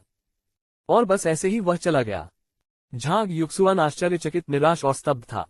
उसके भीतर भावनाओं का सैलाब उमड़ पड़ा और वह विश्वास ही नहीं कर सकी कि उसने अभी क्या देखा था। चाहे वह आदमी कितना भी कायर क्यों न हो, खासकर उसके संकेत के बाद, वह इतनी आसानी से भाग कैसे सकता है? क्या उनमें वह घिसी पिटी वीरता नहीं थी? कम से कम आपको खड़े होकर कुछ बार चिल्लाना चाहिए। भले ही उसे पीटा गया हो, हम उसके लिए यहाँ मौजूद रहेंगे। जैसे ही लिन जिफेंग बार से बाहर निकलने वाला था, वह सुगंध की एक किरण से आकर्षित हुआ। अपने हाथ की एक तेज गति से उसने एक आकर्षक महिला को अपनी बाहों में खींच लिया, फिर उसकी कमर में हाथ डालकर वह धीरे धीरे दूर चला गया। 110 भयंकर रानी झांग मेंगजी। क्या गलत? ब्यूटी, तुम बेच रही हो या नहीं? कैफे में मौजूद आदमी ने अपनी ठुड्डी पर हाथ फेरा, उसकी आंखों में एक अजीब सा भाव था। तभी जिस व्यक्ति को वे भाई गांव कह रहे थे, वह खड़ा हुआ और उनके पास आया। मुंह से लटकती सिगरेट और बार के तेज होते डांस संगीत के साथ उसने अपनी बाहें उठाईं और अपना सिर हिलाया। उसकी अभिव्यक्ति जितनी अश्लील हो सकती थी, उतनी अश्लील थी, जबकि वह डरपोक आदमी जिसने अभी अभी उन्हें निजी कमरे में याद दिलाया था, वह बाहर नहीं आया, बल्कि अंदर ही छिपा रहा और एक तरफा शीशे से दृश्य देखता रहा। उसे हमेशा बेचैनी महसूस होती थी। कमरे के अंदर मेज पर पड़े सफेद पदार्थ को देखकर वह डर जाता था। स्कूल में वापस उसने सुना था कि यह पदार्थ अवैध है, इसलिए वह निजी कमरे के अंदर ही रहा, ताकि मुसीबत का पहला संकेत मिलते ही भागने के लिए तैयार रहे। लेकिन भाई गांव के बार में पहुंचने के 1 मिनट बाद ही काले कपड़े पहने 1 दर्जन से अधिक लोग, जिनमें से प्रत्येक के हाथ में एक बड़ा सा हथियार था, वहां इकट्ठा होने लगे। भाई गांव ने पूरी तरह से अनजान होकर अपनी सिगरेट का एक गहरा कश लिया और झांग युक्सुआन से कहा, आप बहुत अच्छे लग रहे हैं। बताओ, रात का कितना खर्च आएगा? मैं तुम्हारा ख्याल रखूंगा, और जब तक तुम मुझे खुश रखोगे, पैसा कोई मुद्दा नहीं है। बोलते बोलते उसने लाल नोटों का एक ढेर निकाला और उसे बार पर रख दिया। मैंने हाई प्रोफाइल तो देखा है, लेकिन इस तरह का हाई प्रोफाइल मैंने पहले कभी नहीं देखा। झांग युक्सुआन की बर्फीली आंखें भावना से रहित पैसों के ढेर को लुभाते हुए भाई गांव की ओर मुस्कुराते हुए बोली, मुझे कोई आपत्ति नहीं है, लेकिन मुझे आश्चर्य है कि क्या आपने उनसे पूछा है? ये कहकर झांग युक्सुआन ने अपने सेक्सी कूल्हों को हिलाया और धीरे धीरे बार से दूर चली गई। भाई गांव ने सोचा कि झांग युक्सुआन सहमत हो गया है और वह कुछ हद तक आत्मसंतुष्ट हो गया, लेकिन उसी समय किसी ने उसके कंधे पर थपथपाया। भाई गांव सिगरेट अभी भी मुंह में लिए हुए सोच रहे थे कि किसी मूर्ख ने उन्हें कोई और समझ लिया है, और वे पीछे मुड़कर गाली देने ही वाले थे कि तभी उनकी गर्दन पर एक चमकदार और बहुत ठंडी कुल्हाड़ी रखी हुई थी। तुरंत भाई गांव हक्का बक्का रह गया, क्योंकि जैसे ही वह पीछे मुड़ा, उसकी नजर 1 दर्जन से अधिक खूंखार आदमियों के समूह पर पड़ी, और सभी हथियार बंद थे। इस समय भाई गांव के सभी गुर्गे अचंभित थे। भाई, क्या मैं पूछ सकता हूं कि आप मार्शल आर्ट जगत के किस हिस्से से हैं? हम इस पर धीरे धीरे बात कर सकते हैं, और यदि मैंने किसी भी तरह से आपको ठेस पहुंचाई है, तो मैं अपने भाइयों के लिए माफी मांगने के लिए एक रात्रिभोज का आयोजन कर सकता हूं। आज यह मेरी पहली यात्रा है, और मैं यहाँ के नियमों को ठीक से समझ नहीं पाया हूँ। यदि आपको कोई आपत्ति न हो, तो मैं आज शाम को रात्रिभोज का आयोजन करूंगी, और हम सब जी भरकर पी सकते हैं, वह भी मेरी ओर से। मेरी अज्ञानता को ही मेरी निर्दोषता समझो। मार्शल आर्ट्स की दुनिया में कुछ वर्षों तक काम करने के बाद भाई गांव को तुरंत महसूस हुआ कि कुछ बहुत गलत था। ये झोंगहाई शहर है, जियांगजो नहीं। यदि कोई आपके साथ छेड़छाड़ करना भी चाहे, तो भी ड्रैगन स्थानीय सांप को नहीं दबा सकता, और यदि आवश्यकता हो तो आपको कमजोर बनना होगा। उस समय भाई गांव के पीछे खड़े छात्रों के पैर डर से कांपने लगे। वे कुछ छोटे मोटे सड़क छाप गुंडों या छात्रों को धमका सकते थे, लेकिन यदि उन्हें काले कपड़े पहने इन खूंखार लोगों का सामना करना पड़े, तो वे अपनी जान जोखिम में डालने की हिम्मत नहीं करेंगे, क्योंकि वे अच्छी तरह जानते हैं कि ये लोग समाज में घुल मिल गए हैं, जबकि वे स्वयं हाशिए पर हैं। उन्हें पीछे ले जाओ। झांग युक्सुआन ने एक शैंपेन ग्लास पकड़ा हुआ था, उसके पैरों में छोटी हील थी और उसका शरीर टाइट जीन्स में बहुत सेक्सी लग रहा था। यह दृश्य देखकर भाई गांव हक्का बक्का रह गया। वह एक बारगल की तरह दिख रही थी, लेकिन उसकी उपस्थिति बहुत बड़ी थी। अब वे निश्चित रूप से इसके लिए तैयार थे। सिर पकड़े खड़े लोगों के एक समूह ने एक शब्द भी बोलने की हिम्मत नहीं की, क्योंकि उन्हें झांग युक्सुआन के पीछे बार के पिछले दरवाजे की ओर जाने के लिए मजबूर किया गया। लेकिन अंदर बेतहाशा नाच रहे लोगों को उनकी परवाह नहीं थी। झोंगहाई शहर में ऐसी घटनाएं कोई नई बात नहीं थी। कौन नहीं जानता था कि इस बार का मालिक कौन है? यहां आकर परेशानी खड़ी करना आग के गड्ढे में कूदने जैसा था। इसके अलावा हुआक्सिया के लोगों को हमेशा तमाशा देखना पसंद था। वे दूसरों को डरे हुए कुत्तों की तरह भागते हुए देखना पसंद करते थे। कुछ लोग तो जानबूझकर सीटी भी बजाते थे। अन्य लोग तो और आगे बढ़ गए और सीधे भाई गांव के सिर पर थूक दिया। तुरंत ही भाई गांव का चेहरा स्टील के नीले रंग में बदल गया। उनकी उदास आंखों में क्रूरता की कुछ झलकियां चमक उठी। यदि निगाहों से जान जा सकती, तो उस पर थूकने वाला व्यक्ति लाखों बार मर चुका होता, लेकिन अब उसे एक कोने में धकेल दिया गया था। गलत व्यक्ति को अपमानित करने के लिए उसे किसे दोषी ठहराना चाहिए? एक क्षण में भाई गांव ने कई बातें सोची, उन्हें थोड़ा अनिश्चितता भी महसूस हुई। भले ही ये लोग शक्तिशाली हों, फिर भी वे उसे कोई नुकसान नहीं पहुंचाएंगे, है ना? सबसे बुरी स्थिति में तो उसे केवल बुरी तरह से पीटा जाएगा, कम से कम उसके अंत तो नहीं कटेंगे। अब उसे अपना सिर नीचा करने में कोई हर्ज नहीं है, वे जो चाहे उससे सहमत हो जाए, खासकर यदि मामला सिर्फ पैसे का हो तो उसे संभालना आसान होगा। इस बीच निजी कमरे में छिपा एक डरपोक आदमी अब भयभीत हो गया था। झोंगहाई शहर में स्थानीय गुंडों द्वारा पकड़े जाने का मतलब था निश्चित रूप से अंत। घबराकर उसने अपना फोन उठाया और घबराई हुई नजरों से बार के बाहर की ओर लड़खड़ाता हुआ चला गया। उसे डर था कि कहीं वह खुद पर मुसीबत न ले आए। बहन झांग, इन लोगों पर बड़ी मात्रा में सफेद पदार्थ है, हमें इससे कैसे निपटना चाहिए? भाई गांव और उनके दल सहित लोगों का एक समूह, सभी ने अपने सिर अपनी बाहों में छिपा रखे थे और वे अत्यंत दयनीय लग रहे थे। अब किसी और की छत के नीचे उनके पास सिर झुकाने के अलावा कोई विकल्प नहीं था। बार के पीछे एक खूबसूरती से सजाए गए कमरे में एक आकर्षक परिपक्व महिला कंप्यूटर के सामने बैठी थी। स्क्रीन पर एक कॉमेडी शो को ध्यान से देखते हुए नेल पॉलिश लगा रही थी। शो की लय के कारण उसका कामुक शरीर मनोरंजक ढंग से झूमने लगा, यहाँ तक कि उसकी छाती भी मूड के साथ उछलने लगी। अपने चमकीले लाल होठों के बीच एक पतली सिगरेट दबाए प्रत्येक सांस के साथ वह धुएं के छल्ले छोड़ती थी जो हवा में चंचलतापूर्वक तैरते थे और सुंदर दिल के आकार के कल बनाते थे। ये देखकर आसपास के सभी हटे कट्टे लोगों ने, विशेष रूप से भाई गांव और उनके समूह ने, अपनी लार निगल ली। महिला ने मुड़कर नहीं देखा, वह अभी भी अपना शो देख रही थी और अपने नाखूनों पर पेंट करना जारी रखे हुए थी। उसकी उत्कृष्ट आकृति से ही कोई यह कह सकता था कि वह एक ऐसी आकृति थी जो पुरुषों को पागल कर देती थी। उसके बाल जो कंधों तक पहुंचते थे, एक युवा चोटी से बंधे हुए थे। उसने एक चुस्त काली शर्ट और पतली जीन्स पहनी हुई थी जो न केवल आकर्षक दिख रही थी बल्कि उसके कोमल नारीत्व को भी उजागर कर रही थी। बहन देखो, वे हमारे बार में तस्करी का सामान लेकर आ रहे हैं, युक्सुअन ने अपनी बहन झांग मेंगजी के पास आते हुए मोहक लहजे में कहा। ऐसा लग रहा था कि वह अपनी बहन के आदेश का इंतजार कर रही थी। वह अपनी बहन के स्वभाव को अच्छी तरह जानती थी। ऊपर से देखने पर वह हानिरहित लगती थी, लेकिन दिल से बेहद खूंखार थी, विशेषकर उन लोगों के प्रति जो अवैध पदार्थ लाने का साहस करते हैं। मार्शल आर्ट की दुनिया में हर कोई ऐसे लोगों से घृणा करता है। युक्सुआन, तुम अभी बाहर क्यों नहीं जाते? बहन और अधिक टीवी देखना चाहती है, झांग मेंगजी ने एक छोटी बच्ची की तरह खिलखिलाकर कहा। उसके स्वर में कोमल और मधुरता थी।